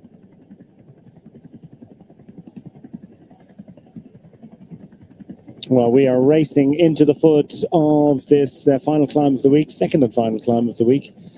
Albeit with a lumpy stage on stage 4, but there are only 2 significant climbs throughout the entire week. But how daunting and imposing they are. I mean, you just know how hard Jebel Mobra is, that they're saying that Jebel Hafit is actually a much easier day. It's all things are relative, of course, because this has proved to be super demanding for many of the pretenders to general classification honours in recent years. What is going to be fascinating, really, is to see how Remco Evenpol, in flying form, 6 road race wins plus an overall general classification victory already this year, and we're not even at the end of February, but just that little dent to his confidence, that stage 3. Well, we'll see what sort of a dent it is to his confidence. He is a sort of a robust, resilient, I was going to say, very confident guy. He's nothing blunt in his confidence for today's stage. If things don't go right, then he might throw the dummy out, but I don't think he will. I think he'll be good today. He's had quite a few days of not doing really much, and I think you want to pay back his team. They did come here to try and win this race in general classification. He had a bad day on Wednesday, and he wanted to repay them. So I think Evenpol is definitely one of the favourites for today's stage, and I think this climb suits him a little bit better, definitely, than Jebel Mobra. It's a long ride into this final climb. Within a few kilometres of this second intermediate sprint. Saw no contest to the first one, so no reason why there'll be a contest at the second. None of these riders involved in the GC hunt, nor indeed the intermediate sprints classification, or indeed the points classification, but it is taking those bonus second opportunity away from the main peloton. That can only be good news for Antonio Tiberi. Harold Tejada as well, in his bid to hang on to his position on the podium in third place for the Astana squad. He'll be the supported rider up and onto the mountain. Other riders to conjure with in that GC heading to this final major appointment. Leonard van Eetveld, as we mentioned, is 4th overall, 107 down for the Lotto Intermarché squad. Luke Plapp knows this climb well, and he's currently 5th overall at 119. Ilan van Wilder as well for the Soudal Quick-Step squad, another man who knows the climb, and he's currently 6th. Derek G, 7th overall, 122 down. Felix Kahl is 8th overall. Nordhagen, Jürgen Nordhagen, Norwegian with the Visma Lease bike squad. 1.5 minutes to find, but inside the top 10 in a major UCI World Tour event. And Tobias Halland Johansson for the Uno X Mobility squad, the second of the two Norwegians in the top 10. 143 in arrears. Those are the riders we're likely to see gravitating towards the front. We go live on board with Ben Swift, who's on lead-out duties in recent days for Sam Welsford. It's a changed role for him. He'll be happy enough that the team have managed to put two riders into the breakaway today. And now the peloton slips into that familiar role. Teams like to have one side of the road or the other. That's because you can only be overtaken on one side by other squads, so you can control an awful lot. If you're in the middle, you can be kind of swamped left or right. And the wind is such that you get into this sort of tuning fork style appearance. Now you've got none other than big man himself, Jonathan Milan, leading the Lidl Trek lineup and trying to escort Derek G into position, albeit they just find themselves ever so slightly swamped by the Red Bull Bora Hansgrohe squad, representing for Remco Evenpol. Yeah, we see this quite often in this stage that, with 3 lanes wide, everybody's battling for position at the front, battling for, a good start to this climb. And I don't think you necessarily need it. It's not a huge peloton. I don't think everybody's fighting for position. And it's, quite a large road as well. But such as the times in modern cycling, that's what the teams do. Get good position at the bottom of the climb and make sure you're in a good enough position to start the climb. But by doing this, you just add these nerves, pushing and shoving, and had, in my opinion, had higher risk. I suppose it's because there are so many riders in there that simply will have no way of contributing to the team beyond the start of the climb. Therefore, they use it when they can, and then they, like you say, that kind of escalates the pace, escalates the tension, escalates the stress, and potentially is also escalating the risk factor. Well, I don't think anybody's going to the bottom, so you want to be at the front right from the bottom. But if you're starting 30th place, then you get your teammates to kind of move you up slowly. So I think the way modern cycling now is just about making sure that you put your team leader in the best possible position. We just saw the second sprint of the day, a rollover, which ultimately means Sylvain Dillier has won that black jersey. Well, chapeau, congratulations to Sylvain Dillier, and we'll welcome him to the podium later on. Try not to ride up it too slowly, Sylvain. Jan Jacobs now is looking forward to this climb to come, and you see the way that escalation and pace of the main peloton has just sliced a quarter of a minute off the advantage of this breakaway group, despite the ability of the riders in it. As Ben Swift has moved into the Ineos Grenadiers rotation to make sure they're in prime position for the start of this climb to come. Our best placed rider on general classification is young Zvezda Bordseng, 21st overall, 320 down.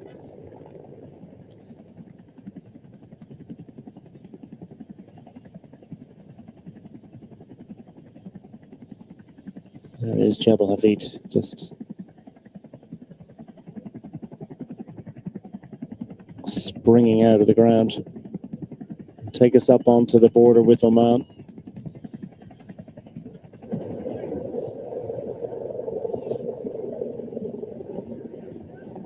Sacred climb, of course, hugely important in cultural history of the UAE.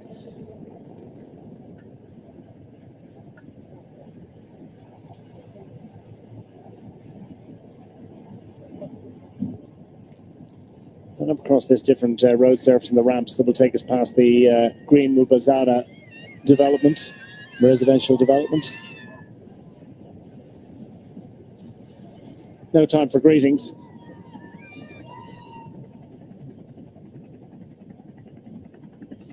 A lot of Intermarché with command towards the front of the peloton, but where are those GC riders? And as you mentioned, it's a relatively compact peloton, so it ought not be too difficult for the GC riders to move up, albeit you don't really want to have to sort of pass by 15, 20, 30 riders who are suddenly pulling the pin, and you find yourself with quite a big gap to those your GC rivals. when the gradient starts to rise. And speaking of which, it's a testing and challenging climb, particularly in the sort of middle 8 kilometres of those 10. Yeah, the first part it's not flat running. It rises up ever so slightly, but it's 4.8 for the first kind of kilometre and a half. Then it averages pretty much 8% for quite a long time until the final kind of almost kind of 2.5 kilometres. So it is quite steady, twisting all the way up. But it's just, this is what happens. Modern cycling, everybody pushes and shoves, get to the front. But by doing that, there's added risk of, touch of wheels and crashing, because it's like coming into a sprint finish. There's no real panic, because there's no real danger of, if you come onto the start of this climb at the front, or you start the climb in 20th place, I don't think anybody's going to be attacking right from the bottom of this climb. I think by the looks of things, we are going to see a tempo set.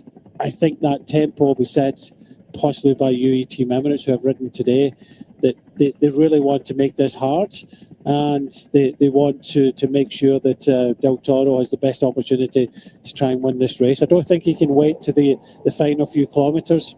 I think he has to try and think about this one and try and kind of test his rivals out sooner rather than later. I don't think when we hit the climb, 10 kilometres to go is the perfect place to go. I think the hardest part of the climb in my mind, and it's where Adam Yates made his move, and one of the occasions he won, was about the 2.5 kilometre out mark. 2.5 to 3 kilometres is where he went, but I'm not too sure that he'll wait till that point. But yeah, you pointed it out in the car on the way up the hill. Yeah. It was just a point where the car was struggling to kick down the gear a bit. It really just got quite steep through one of those hairpins. It's just the steepest part. It's about 11%, and in the women's race, that's where Neo and Domo just kind of lost the wheel and kind of almost cracked. Elisa Longo-Borghini taking the glory on that occasion, and chapeau, congratulations to Johan Jacobs, who will send his teammate Alex Wens on with his best wishes. Less than a minute and a half after all that. What a scrap, what a titanic battle indeed for these 7 riders throughout the afternoon to try and open up as much of an advantage as they possibly could. Not a winning one, we suspect. Let's see how it plays out. We're going to go through the gates and on to Jebel Hafid.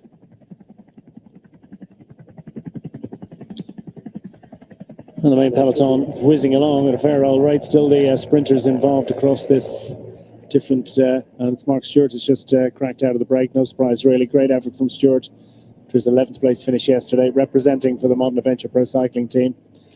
This break is thinning out a little bit. Who's going to be last man standing, and how far up the hill will they get? Yeah, they're dropping off now. With just a slight rise there, maybe 1-2%. Ethan Vernon just at the back here. So a lot of the sprinters just dropping off the pace now. They've got good position, and I think Milano has done a good job here for UAE Team Emirates and tried to help out Del Toro. So most of the GC guys, you can see the red jersey race leader, Evenpol, all the GC guys are up towards the front. It's now a case of who's going to take it on.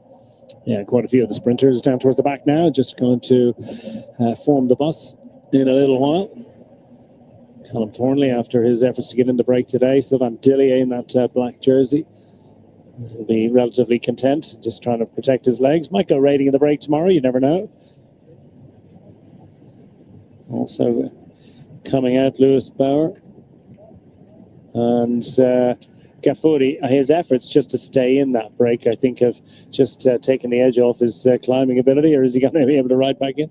Well, that's what I mean. He has to settle down and ride his own pace, because he really struggled in the flats. He was struggling to go with the pace of these guys, and even now Josh Tarling is trying to set up Oxenberg, sorry. So he's really kind of pushing on, and I think Gafuri will come back, but he can't go with the acceleration at the bottom. Yeah, Josh Tarling's a big man, there's no question. Oxenberg's not exactly short either, so they're not pure climbers by any means. Bissiker is sort of last non-Ineos Grenadiers in that breakaway, but it's Josh Tarling on the front here, who was, 21st up the hill a few years ago? By no means a climber, but a rider who is just such a talent all round that his power to weight ratio is such that he can represent for Oxenberg as far into this hill as he possibly can, and they will certainly have the honour, such as it is, of being the last people standing. And look how big this group is, as Van der Leij tries to maintain a position for as long as he possibly can to support EF Education Easy Post. But this is Florian Vermeers here. You know, a big, strong rider, really setting a strong pace at the bottom of the climb. Jonathan Milan is still here and trying to look after Derek G. It doesn't look as if he's going to be there for much longer, but this is a strong pace going into the bottom of this climb, especially from the riders at the front of the peloton, but also by Josh Tarling. Yeah, well, as you mentioned, it's the UAE team member XRG squad that are setting the tempo, sending as fierce a pace as they possibly can. What sort of strength and depth is there for the UAE squad? They have got, of course, Kevin Vermarke, 11th in the recent Alula Tour in Saudi. Adam Yates as well, decent legs, 3rd overall in Tour of Oman. Former winner of this race, former 2-time stage winner on Jebel Hafid. He also has 2 seconds and a 3rd. There's no man here that knows this climb as well as Adam Yates, and what a support act he is for Isac Del Toro. Yeah, just popping out there on the right-hand side, you see Evenpol looking good, I have to say. Jonathan Milan has done his work. Great support as well from the 2-time stage winner. Well, 4 times in his career, twice this week. Green jersey for him to collect, or will it be a change of points leader ahead of the final day of racing? That could definitely happen as well with both Isac Del Toro and Antonio Tiberi potentially within touching distance of that particular leadership, albeit it's the battle for red that really engages them. Tiberi we just caught sight of, just motioning and gesturing to one of his teammates to come up and around him and support him, so he's remaining in command and in control and marshalling the troops for a young man in what's a relatively new situation for him. Seems confident. Yeah, it was only half an hour ago. This man here at the front, Josh Tarling, was doing over 500 watts in the flats and is ripping up this climb with the young Norwegian here at Oxenberg, 5:17. So not a threat in the general classification, but trying to win the stage. But this gap coming down under a minute now. Under the impetus of UAE Team Emirates. But Dan Hurler, well, he did this job on the climb of Jebel Mobra. He set a tempo early on in the climb. That's the rider in 2nd place, moving over onto this team. Felix Gal, he's in 4th place now. Caruso just behind him. But, you know, this is setting up nicely. But the speed they're going up here is, you know, they could be setting one of the records here because they're going up here at some pace. Yeah, the wind such as it is, I mean, they're switching back left and right, so it will be coming across them. But the sort of prevailing wind is behind the riders, and that could contribute to a very fast pace indeed. Few riders starting to pull faces in the towards the front of that still large lead group. Down to the final 8K, and this, as you mentioned, is where things start to just ramp up, and we'll be heading towards that 8% gradient. This group will quickly thin out when that happens. Big push on here from the Decathlon CMA CGM team. That's for Felix Gal, 8th overall, starting the day. Yeah, he headed out early on Wednesday. Not too sure he'll be doing exactly the same thing. Might want to kind of rethink about it, but let's see, there's a lot of people just sitting and waiting, and you know, I really do think that UAE Team Emirates have to continue this pace. Mühlberger there to assist. Steinhauser knows this climb as well. He's with the EF Education Easy Post squad, but he's a rider who does know the hill, and he'll want to represent for the pink hordes. Meanwhile, the orange and white and grey. Yeah. Looking pretty good, looking in control. I mean, you sort of think if he puts out 500 watts, look, he's a big man, isn't he? 194 centimetres. I mean, he's on the 500 watt mark after what? 3.5, 4 hours of racing. That's terrific stuff from Josh Tarling. Barely looks as if he's broken sweat. I can tell you this is a huge, huge effort. Impressive work too done by Oxenberg. The slipstream effect much reduced by the gradient here, yet he seems almost as one with his teammate here. Metronomic progress up this mountain. Mühlberger starting to show the effects. Well, Caruso starting to show the effects. The Italian veteran on the wheel of his teammate Felix Gal there.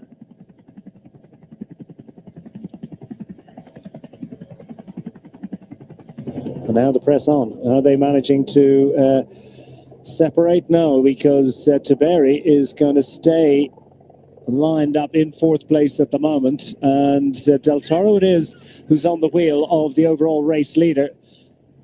And that's an interesting scenario. Tiberi, rather than tracking Del Toro, happy enough just to take the wheel of his teammate and remain ahead of his GC rivals. Felix Gall among them. Yeah, you can just see coming back from the breakaway, bissing up, dousing of the bidon on the head. This looks like it's setting up for an attack here again from Felix Gall. A lot of riders being distanced now, so this is getting harder and harder as we go further up this climb. Kelderman, after his crash, unfortunately not able to assist Nordhagen for any longer on the climb, and not too many yellow jerseys ahead of him. This is quickly thinning out. George Bennett, the New Zealand champion, among those feeling the gradient now as it really starts to grip. And this one is going to be, it's going to run and run almost to the final, as you say, 2.5 kilometers is where final opportunity to make a difference. And Adam Yates just dropping off the tail of Isac Del Toro there. Tejada, mindful of the danger really, just races straight up onto the UAE Team Emirates back wheel, the rider's back wheel, as indeed does Leonard van Eetveld in the white jersey, just behind the blue jersey of Tejada. Just looking at full of concentration for Tiberi now.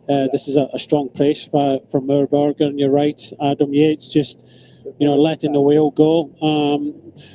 I think he will come back. I think he's playing the game more than anything else. So I think, we're now starting to see the GC contenders really kind of fight this one out. And I think maybe letting the wheel go, because it looks as if Evenpol, he's got Finfisher Black in front of him, and there's a big gap now appearing in front of them.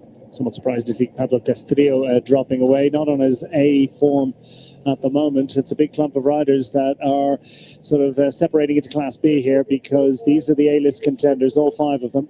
And it's now down to Felix Gall to do what he can for himself. They're about to overhaul the breakaway group. It's Tarling continued to lead Oxenberg, and chapeau, congratulations to the Ineos Grenadiers duo as they go for a little bit of a promenade. Gall doesn't want to lead them all up the hill. He'd maybe like to attack, and where are we going to see? What's the first response going to be? Could be momentary reprieve for the breakaway.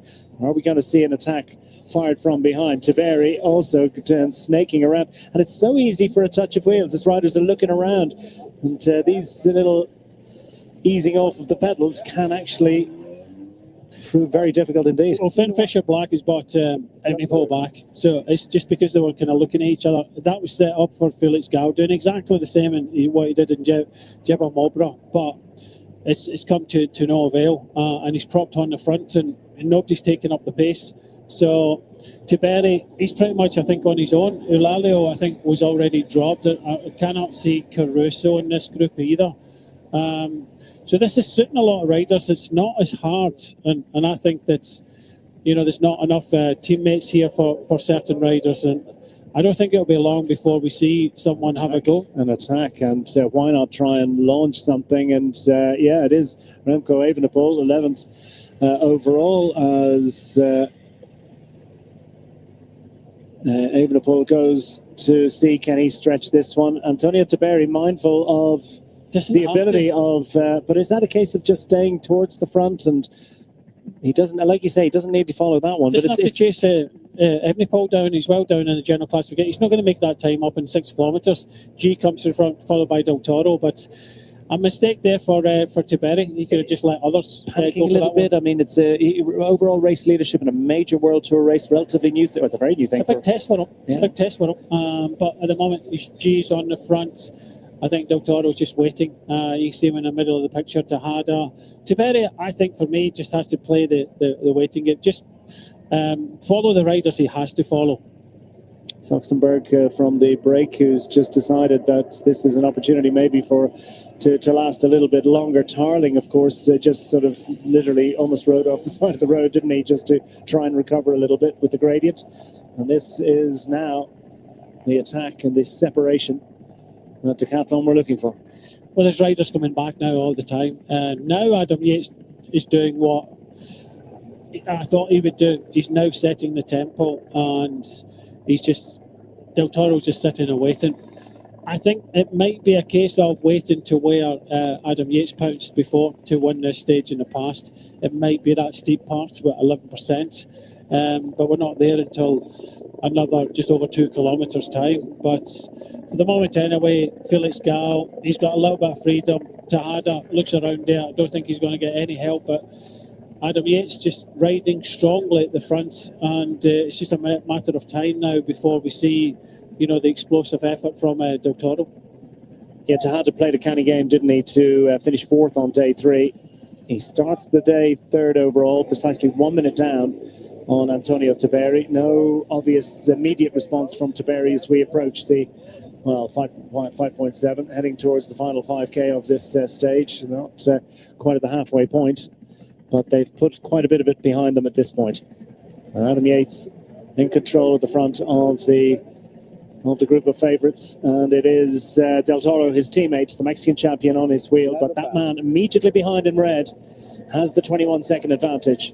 So Del Toro has to push that red jersey further down the road. Derek G. West, the white jersey with the red sleeves, the Canadian champion, starting the day 7th overall, will be a little bit concerned to see Felix Gall, 8th overall, just starting to open up a little bit of an advantage. Tejada will be grateful, I think, for the fact that he's been given a little bit of separation from that group of favourites, and it's Felix Gall that's doing all the work at the moment. So canny game being played by Tejada. Will he contribute?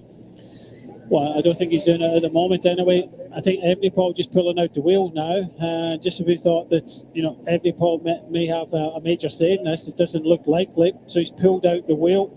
Nobody has got any teammates at all. Most of the general classification riders are alone here. So the only person that's got a teammate is in fact Del Toro, and that's Adam Yates, who's riding at the front. How key is he going to be, the British rider, Englishman from Bury in Northern England?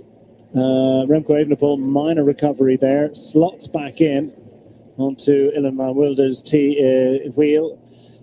Belgians flirting with the back of this group, but is the pace such that it might be to close down Felix Gall and Harold Tejada, and more particularly, will it allow the group coming up from behind? Well, Remco Evenepoel just can't follow this pace, and it's a little bit of concern really for the Red Bull Bora Hansgrohe rider, albeit is right at the very beginning of his relationship with that team. It's quite a long way now to the major. Oh, rider's down as that Van Wilder has just hit the deck, yep. and that can happen. A little bit of a touch of wheel, rider's not maybe at the maximum level of intensity, or maybe it's a little bit more. He was just so on the limit that mistakes can easily happen. And that's frustrating for Ilan van Wilder, the Soudal Quick-Step rider, starting the day 6th overall. Let's get a look at this again. He just touched the wheel. I think it's just a slight bump there, movement from Tobias Johannesson in front, and just a slight touch of the wheel. I think he was more, and just with the bumping together with the Visma Lisa bike rider there, it just took his eye off the wheel in front. And unfortunately, Nordhagen, that kind of bumping together from him. He touched the wheel, but luckily I think Lecerf is there to try and get back. Yeah, from the second group on the road, Junior Lecerf immediately available, another man who knows this hill well. And meanwhile, they've opened up a few more seconds of an advantage, and Felix Gall is a really, really accomplished breakaway rider. He's a really accomplished climber at Grand Tour level, as indeed is this man. Adam Yates at his work, out of the saddle. He knows exactly what to do and how to do it on this climb. Adam Yates approaching 400 watts altogether. More built for climbing. Isac Del Toro looking as if he's in command of his effort.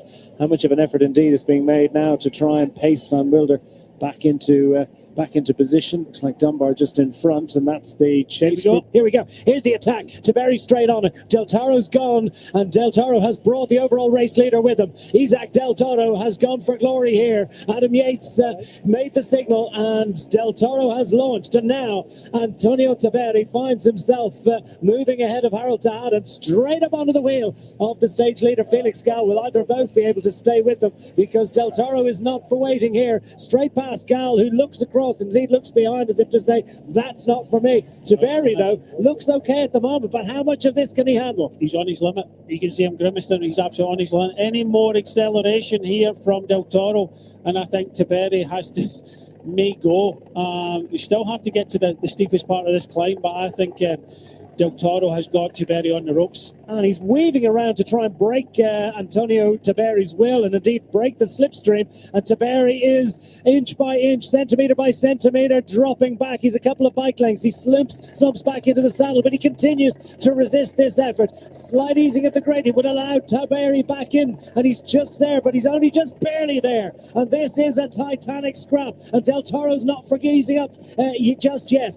Del Toro continues to press on the pedals, but Tiberi, I think, might have been saved ever so slightly by the gradient there. Still 3.5 to go, and probably another kilometre of the really, really demanding gradient of this climb for Isac Del Toro to do what he can to unseat Antonio Tiberi. I know he's in the red jersey, but he has to really watch he doesn't stay in the red too long when it comes to, you know, what he's got left in the tank here. And that was a telling sign. So he lost the wheel, come back. That'll help his confidence a little bit. But you can see just the way, you know, his body was, the facial expressions that he was under the cosh there. He's come back once. We haven't even hit the hardest part of this climb, but Del Toro, he's not going to give up. Yeah, and he hasn't eased up just yet, has he? Because they're not, Felix Gall and friends are not quite able to get on terms. Support for Del Toro and Tiberi. One-on-one for glory today. Felix Gall third on the mountain, moving up on GC, and mindful that he's got to get to the back to the front pretty quickly before this one goes again. Del Toro is going to go again. As soon as we come round this corner, I think Del Toro will go. And again, I think Tiberi will be distanced. He's on the ropes. I look back here, and I think this is where Adam Yates went, and he's already given that information to Del Toro. So I think round this hairpin, on the steepest part of the climb, we're going to see Del Toro accelerate again. Well, the rider in white has to try and find 21 extra seconds. That's the advantage that the rider in red, the overall race leader, Antonio Tiberi, carries into this mountain. Felix Gall starting the day 8th at 1 minute and 28 seconds down on GC. Has a bit to find, but potentially can. Riding well, Plapp, really well. And that is impressive back stuff. to the Luke front. Plapp is moving up. Luke Plapp starting the day 5th and managing his effort absolutely perfectly. The Jaco Alula rider in purple. Yeah, I think Del Toro, he has to go now. If he's got anything left in the tank, he has to go now. This is the steepest part of the climb now. It does ease off it with about 2 kilometres to go. That's where I think Tiberi needs to get to. It's going to be very difficult to get rid of him there. He has to go now, but you have to say, wow, what about this from Luke Plapp? Didn't panic, has not really been involved much on the climb to this point, but starting the day in 5th overall at 1 minute and 19 seconds, potentially moving up into a podium position, potentially going to challenge for stage honours here. And Del Toro will look around, get a signal that if Plapp is coming back, that it's now or never really to try and really push on. Through this hairpin, the gradient becomes a little bit more challenging.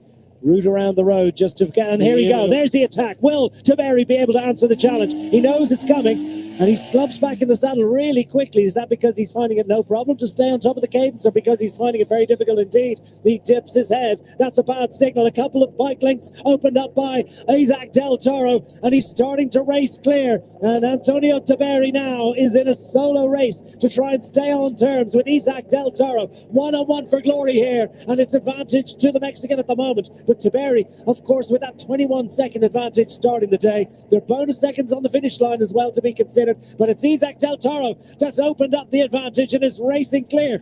Is he racing to glory? Well, it looks like that at the moment anyway. I think Del Toro has got the bit between his teeth. That was the hardest part of the climb.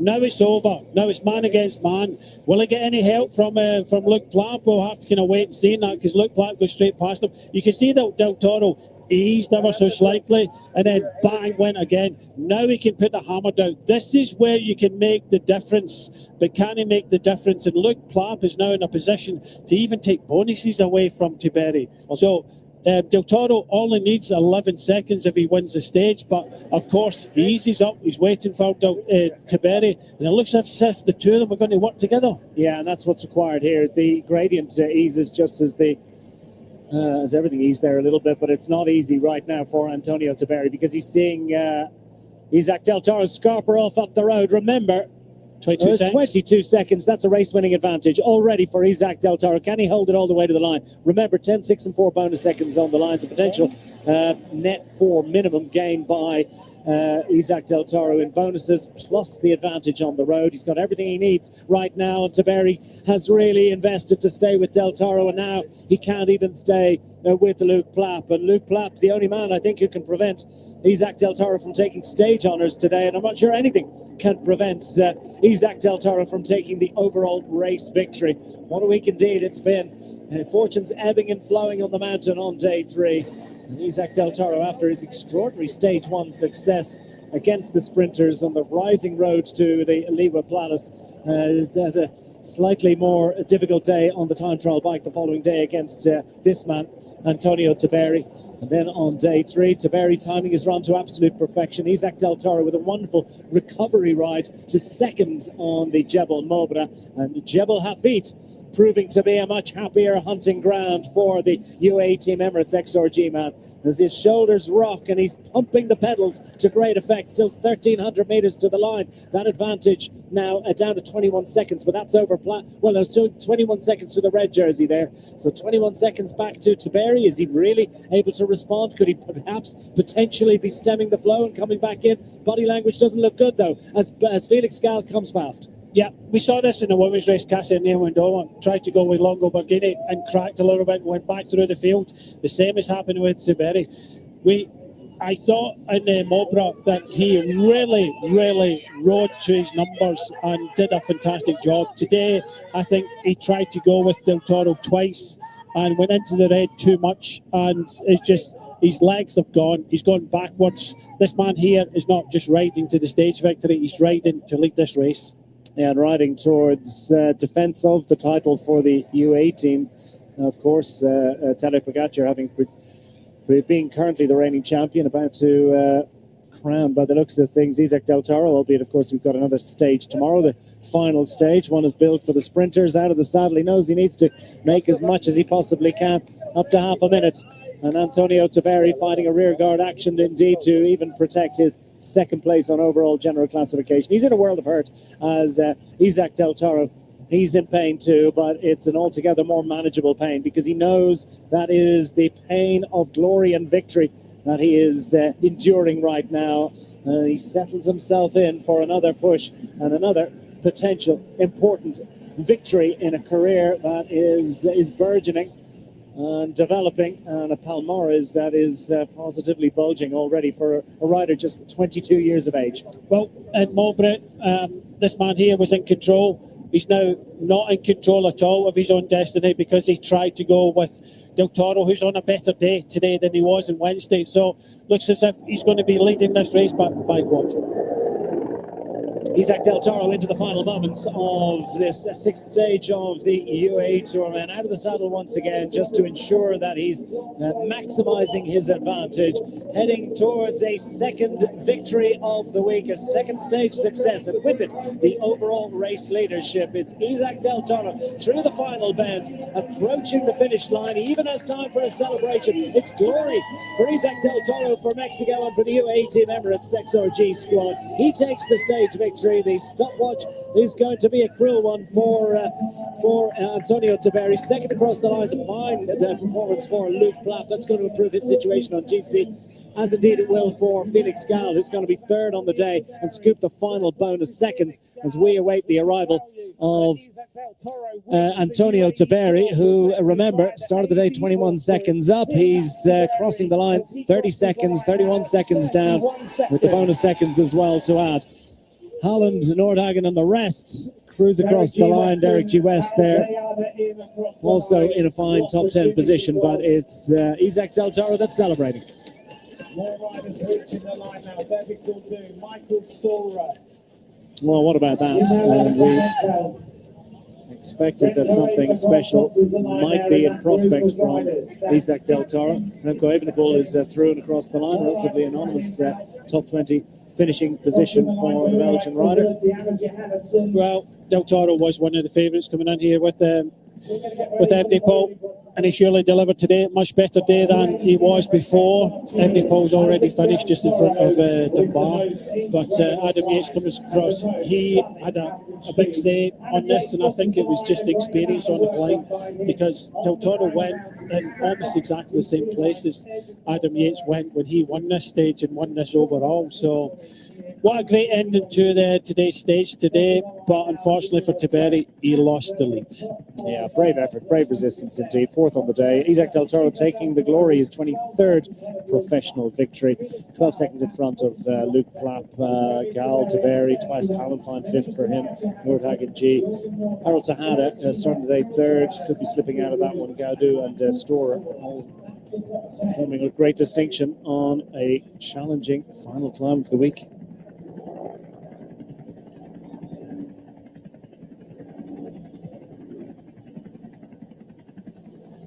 And this was the key moment when he finally said bye-bye to Antonio Tiberi, who'd worked so hard to resist the first sustained effort from Isac Del Toro, who had done a long time that. This is what you do when you got your rival going. You have to make a reaction, and he reacted twice. Possibly those two reactions killed his legs.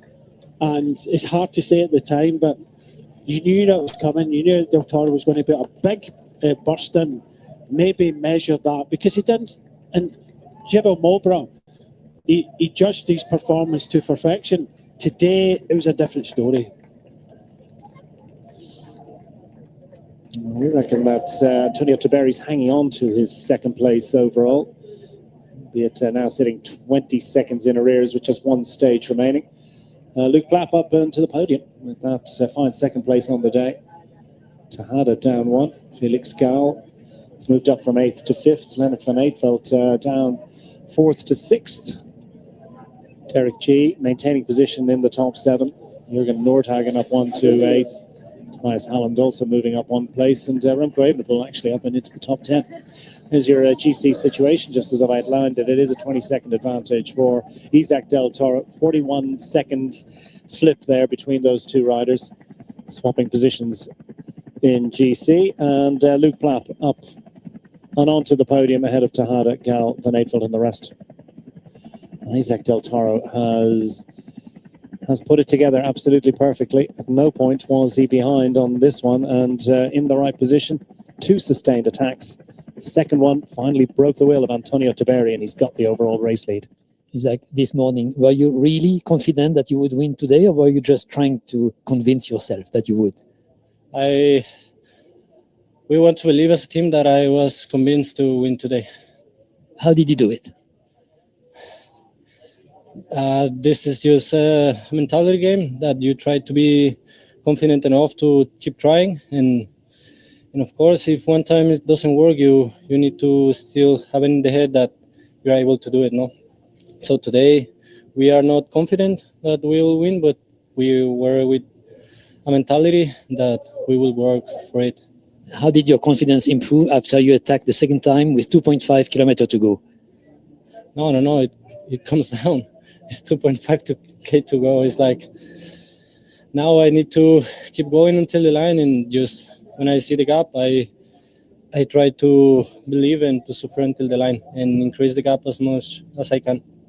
This is your 23rd professional victory. Does it feel like a big one right now? I think today is one of the top 3 victories in my career. It's so special. When you win with a team like this, it's even more special now. But now it's time to realize that I'm working for it and that I need to believe more in myself day by day. Thank you.